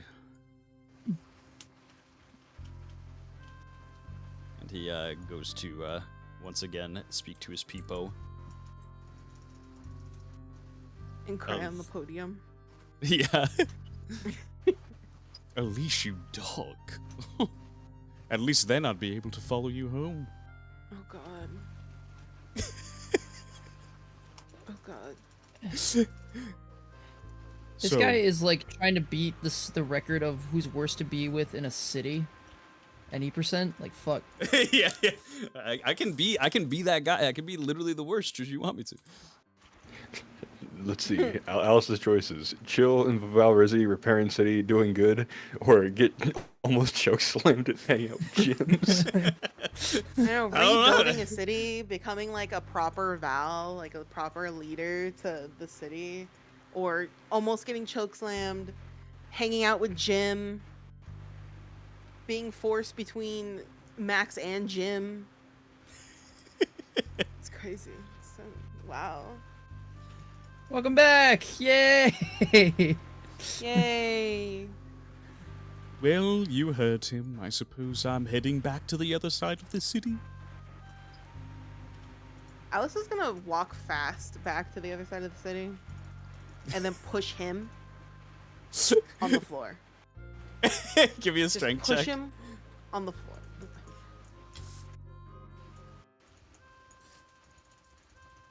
That's not too bad, I guess. I got Yeah. 15. Yeah, I was gonna say overall he has a 16. So you kind of just give him a shove, and it gives like the two-step halt as he kind of stumbles. You just kind of walk past him, I'm assuming. Yeah.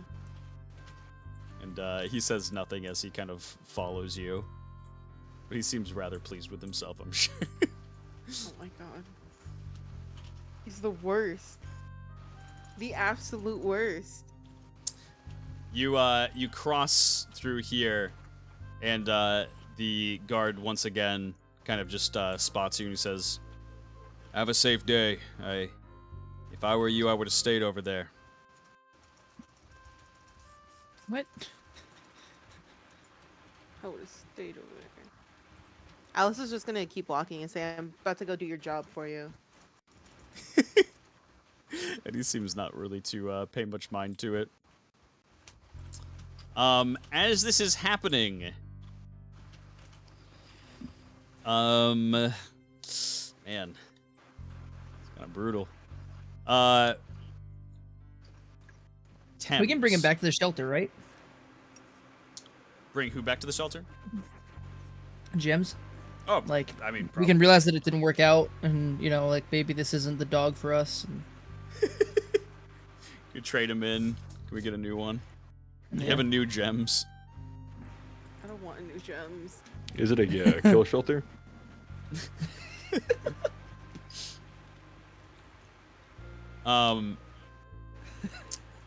Thames. So as you are kind of isolated here, looking after your arm and trying to come to your senses, everybody's kind of taken some distance away from you, and I haven't. I'm probably the one sitting closest to him. Yeah, you probably honestly are the closest after you. I've been looking after Agatha here. Dames.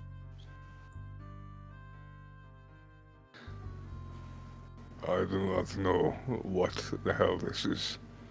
I suppose you should not be very surprised, though. No, I thought I would die. To be honest, I had accepted my fate. Ah, yes. However, fate chose something different for you. And it seems that your stubbornness has also pushed those responsibilities onto other.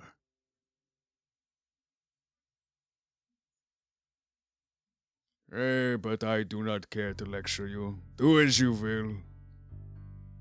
You are reaping what you have sown.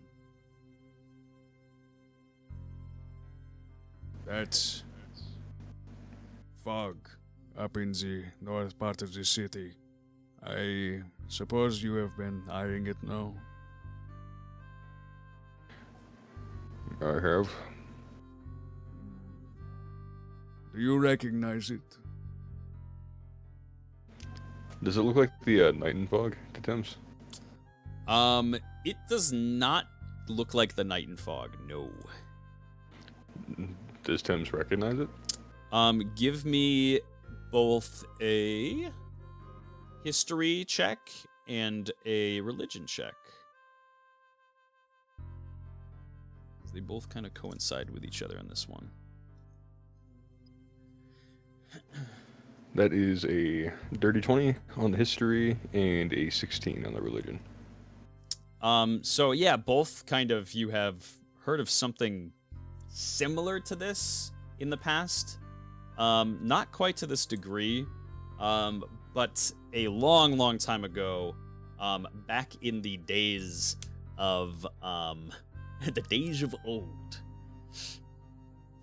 there once was a dragon by the name of Ha-Karam. And Ha-Karam had a brother. They were both dragons. They were very, very greedy. They kind of fell into the trap of a fell goblin gangster.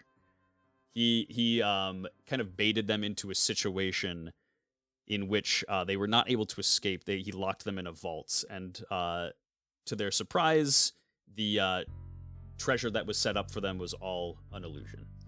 And for several days, they were assaulted and fended off quite a few men. However, eventually became very tired and could not fend off the men anymore. They were brutally beaten, almost killed, and Ha-Karam's brother insisted that should it looked like neither one of them were going to make it out alive, that Ha-Karam eat his body to give him sustenance to get revenge on the fell goblin. And Ha-Karam didn't really, at the time, wish to promise such a thing to his own brother, but in kind of the moments of this dialogue between them, so too were two gods arguing amongst one another. Talidus, the human god of dragons, and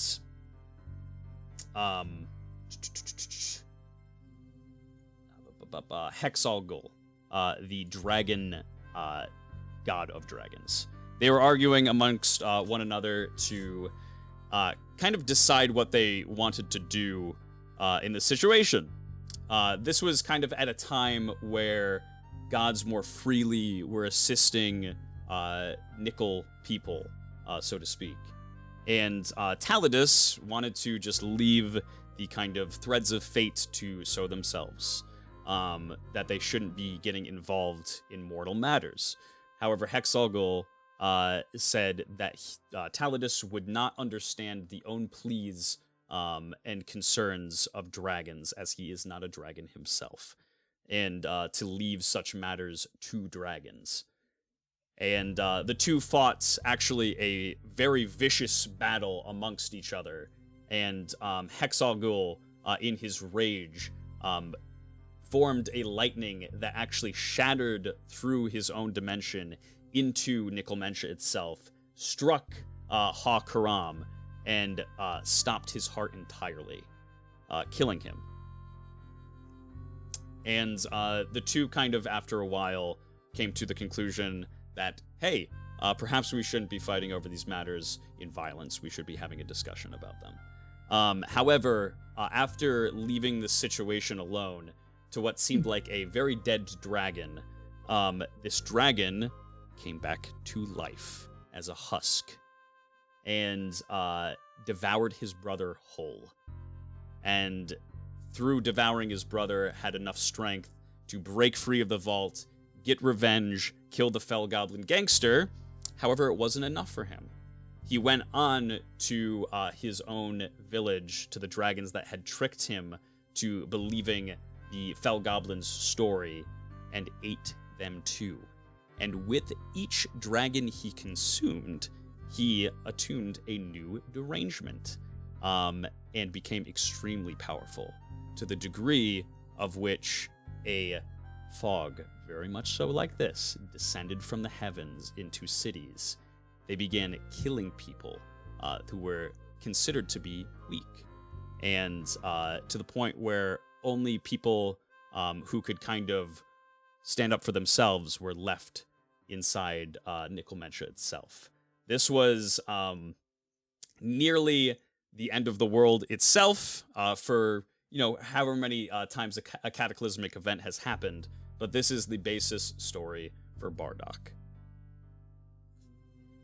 This definitely rings a similar tone to you as you look at it. A husk dragon who has become insane.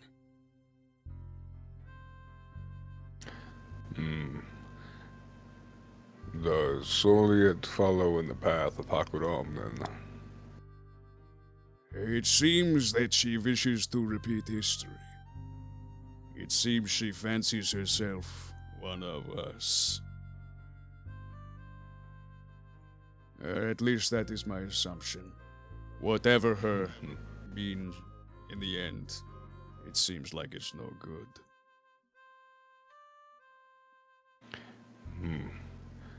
Then if that fog acts as Ha-Karam's did, then it means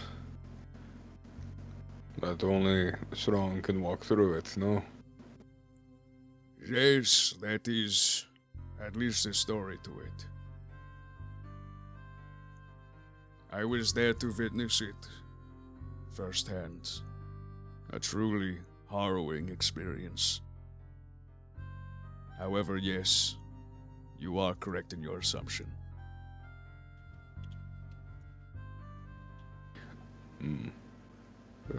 Hell, as far as the stories go, you even made a god out of it. Yes. I suppose I trained a god. Although he had always had it in him.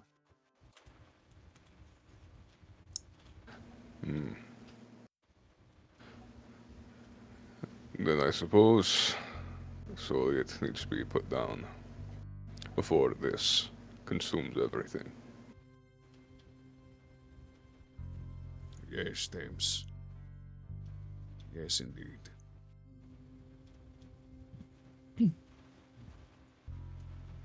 Those men and the wall itself, it seems that they are holding, but I cannot assume for how long they might be able to.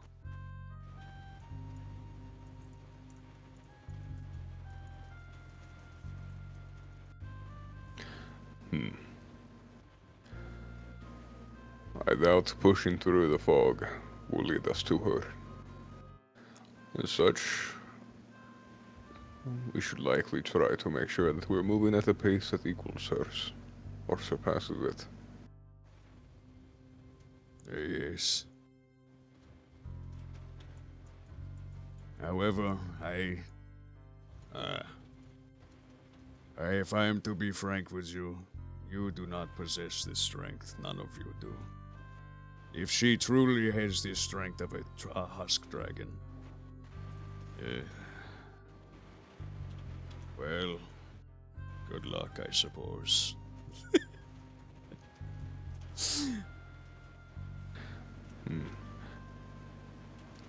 Well, if no one else can do it, at the very least, we'll be fuel to the fire. And at best, maybe we'll get something out of it. Maybe another god of craftsmen will decide to raise one of us to their god. Yeah, yes. No, Thames, no.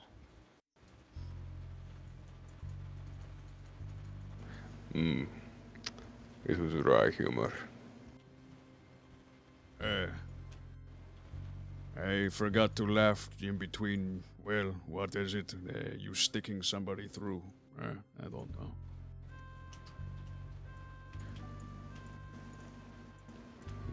At this point, we need to have some humor. Otherwise, it'd be very drab, to be honest.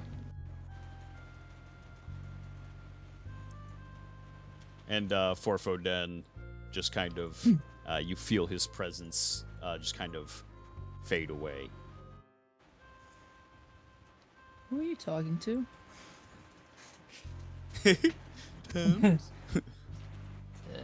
Serbia, I was speaking. Daniels.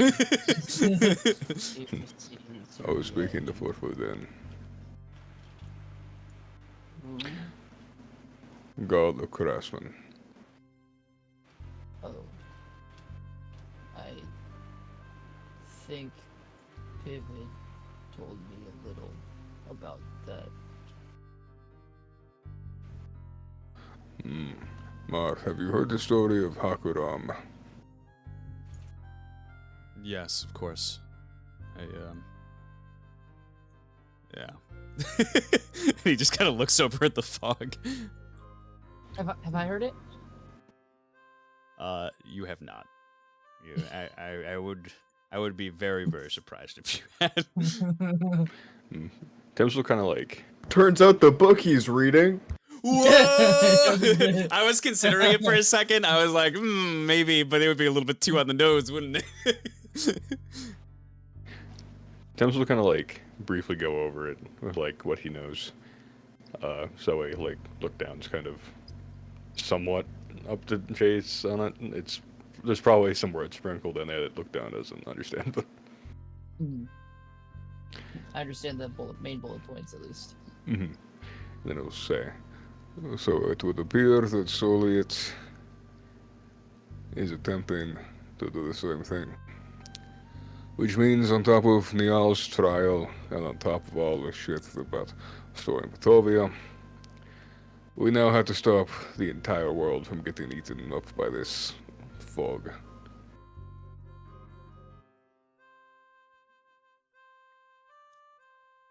Yeah, that seems to be the extent of it. She, oh, God, she made a mess here.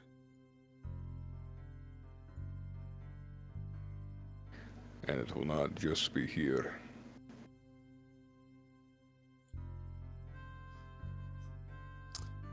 And by this time, Gems and Alice have made their way back down through here.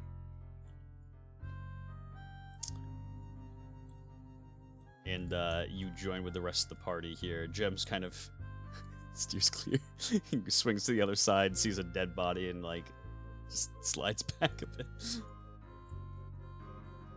Alice, any news?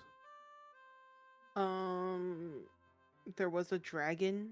The mayor is missing a daughter. The dragon took like, I don't know, half, I think he said, of the people and went to the tree in the east.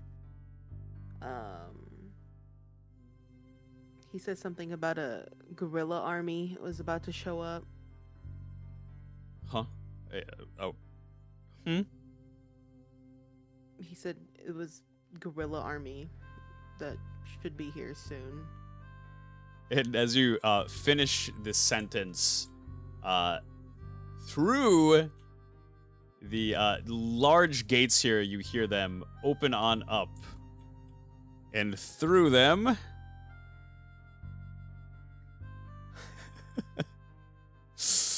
Oh boy. Let's see. Let me find the tokens here. A very large force enters through the gates themselves, as well as a man leading the charge. He bursts through the gates themselves and comes to a kind of halting screech as he charges forward, his foot just in the ready to kick some ass. And he looks all around. He looks all around this city that's completely devastated and goes, "Alright. Time to kick some ass, boys. What do you say?" And the men behind him start kind of screaming and chanting. This place looks like shit, though, doesn't it? Well, not any job that Baikel, Zazumba, Zaphadil can't handle. Am I right? Or am I right? Alright. Let's check out the situation. And the entire army starts kind of making their way down through the whoa, taking the walls with them. So the walls, powerful. they don't They treat fit. the wolf. And he sees kind of some husks over here, and just kind of gives the nod to his men, and they just like charge through them. This is like that one game where you just eat the smaller circles. Oh no! Fucking slithery Agario. aisle. Yeah, Agario. Um, Those fucking things. as these men kind of enter into the city, Marth just hurriedly grabs Look Down and Agatha and starts moving them. What is your response, Mr. Look Down? Where are we going? You guys need to. You have to get out of the city. Okay. They are going to notice. Okay, hold on. Just follow me. And he kind of just starts trying to help Agatha to her feet. Abraham Drew just kind of like whistles and starts walking. Alice is gonna follow, because why is he acting like this? Gems will follow kind of closely behind here. Mr. Temsathy. I'll follow. You make your way kind of into the center part of this. Am I dragging an asset with me? It looks like I am. What the Taking a shadow? hell? Taking some grass? I'm taking some grass with me, apparently. Mowed the lawn? Yeah. He kind of makes his way back over to the stairs here, and kind of helps Agatha and tries to bring him over to Abraham. I need you to take her, please. Bring her up into the castle. We don't have a lot of time. Yes, of course. My dear, come with me. We'll get you fixed up and in bed. And Agatha kind of gives you a glare on her way up.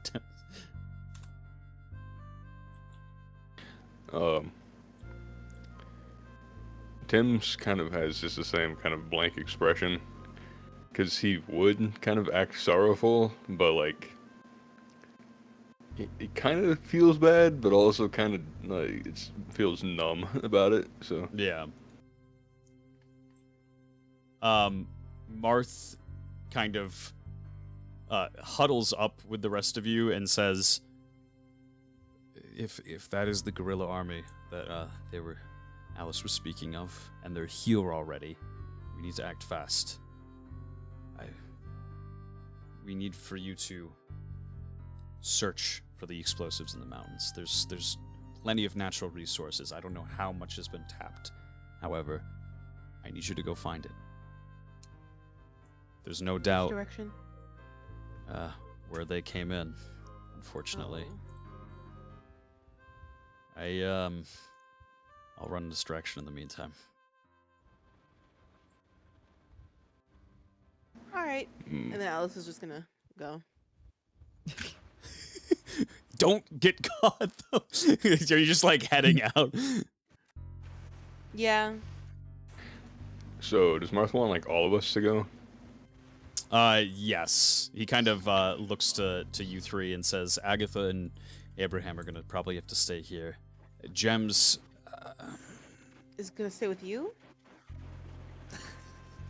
And he's, like, trying to think of a use for him, just as best as possible, and he says, Gems, come with me. Gems will be best off trying to dissuade whatever the hell that is from attacking you. Precisely. Gems, you're gonna be my little pocket help here. Oh. Joy. Why do they call themselves a guerrilla army, but then bust down the gate? Guerrillas are supposed to be stealthy. And they kind of start making their way into the city here. The Beichel walks up to this guy over here, and the soldiers start making their way into the city to see if there's anything else they need to take care of.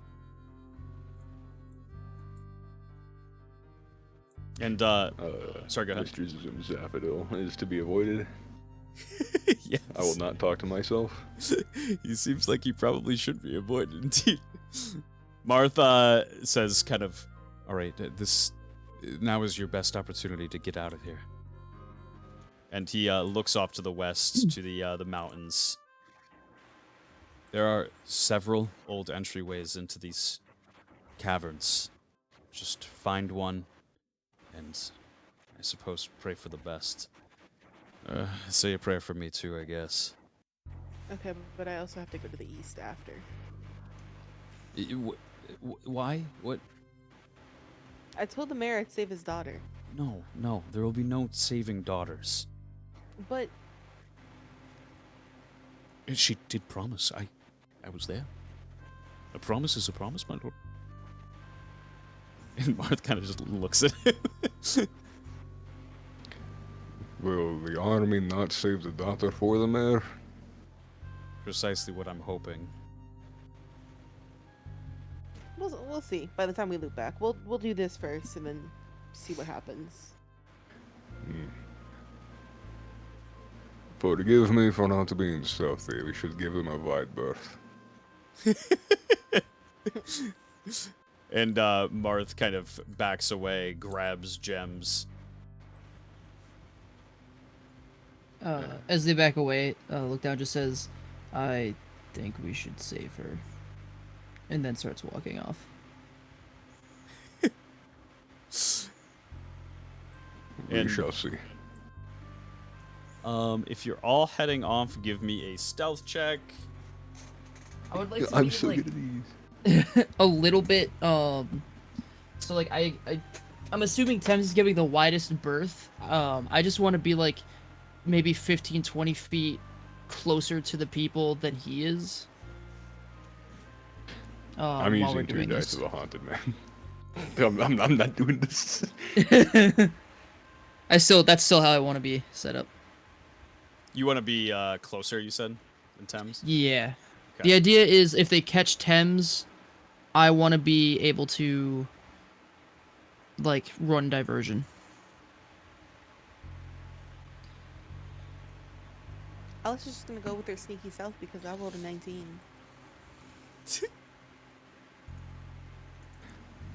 With the help of the powers that be, I got a 21. Okay, perfect. You want to know what he rolled altogether? What? What's that? A fat 5. So you are good. Nice. I rolled a nat 20 for a 25. Let's go. Yeah, very, very stealthily, almost to the point where you feel like you don't even need to be. You just notice that this guy seems to be kind of hands behind the head, like he has one foot up on the stump here, and as he's talking to this man who's absolutely devastated. And you kind of just make your way right over to the gates and out the city. And that is where we are going to end tonight's episode. Thank you very much for joining tonight, ladies and gentlemen. I hope you all had a phenomenal evening watching. I know I definitely had quite a lot of fun. A bit of a setup episode for Pivot. Pivot went off with the Radiant Knight, which I actually didn't expect. And has kind of left a hole in the party in his wake. And now the party sets off to go find explosive material inside the mountains, and Marth and Gems have the daunting task of stopping the Mechalite Ardent Guerrilla Army. Thank you for joining tonight, ladies and gentlemen. I hope you come back for future episodes. If you missed any of the episodes, you can catch them all on YouTube. We'll be having a watch party this weekend to watch through the episode for tonight if you missed that one. If you're part of the Patreon. If you're not a part of the Patreon, make sure you sign right on up. That is the best way to directly support me as well as my artist who works very, very hard on these episodes. I went crazy trying to get this one done and prepared just for today. This entire map was done inside of a week alongside the song as well as the character sheet. So it was a hard week. But I think that everything came out pretty good, and I hope you guys liked it as well. Check out Starforge Systems, our sponsor. Links in the chat there. And I hope you all have a lovely rest of your evening. Take care, my Dungeoneers. Bye-bye.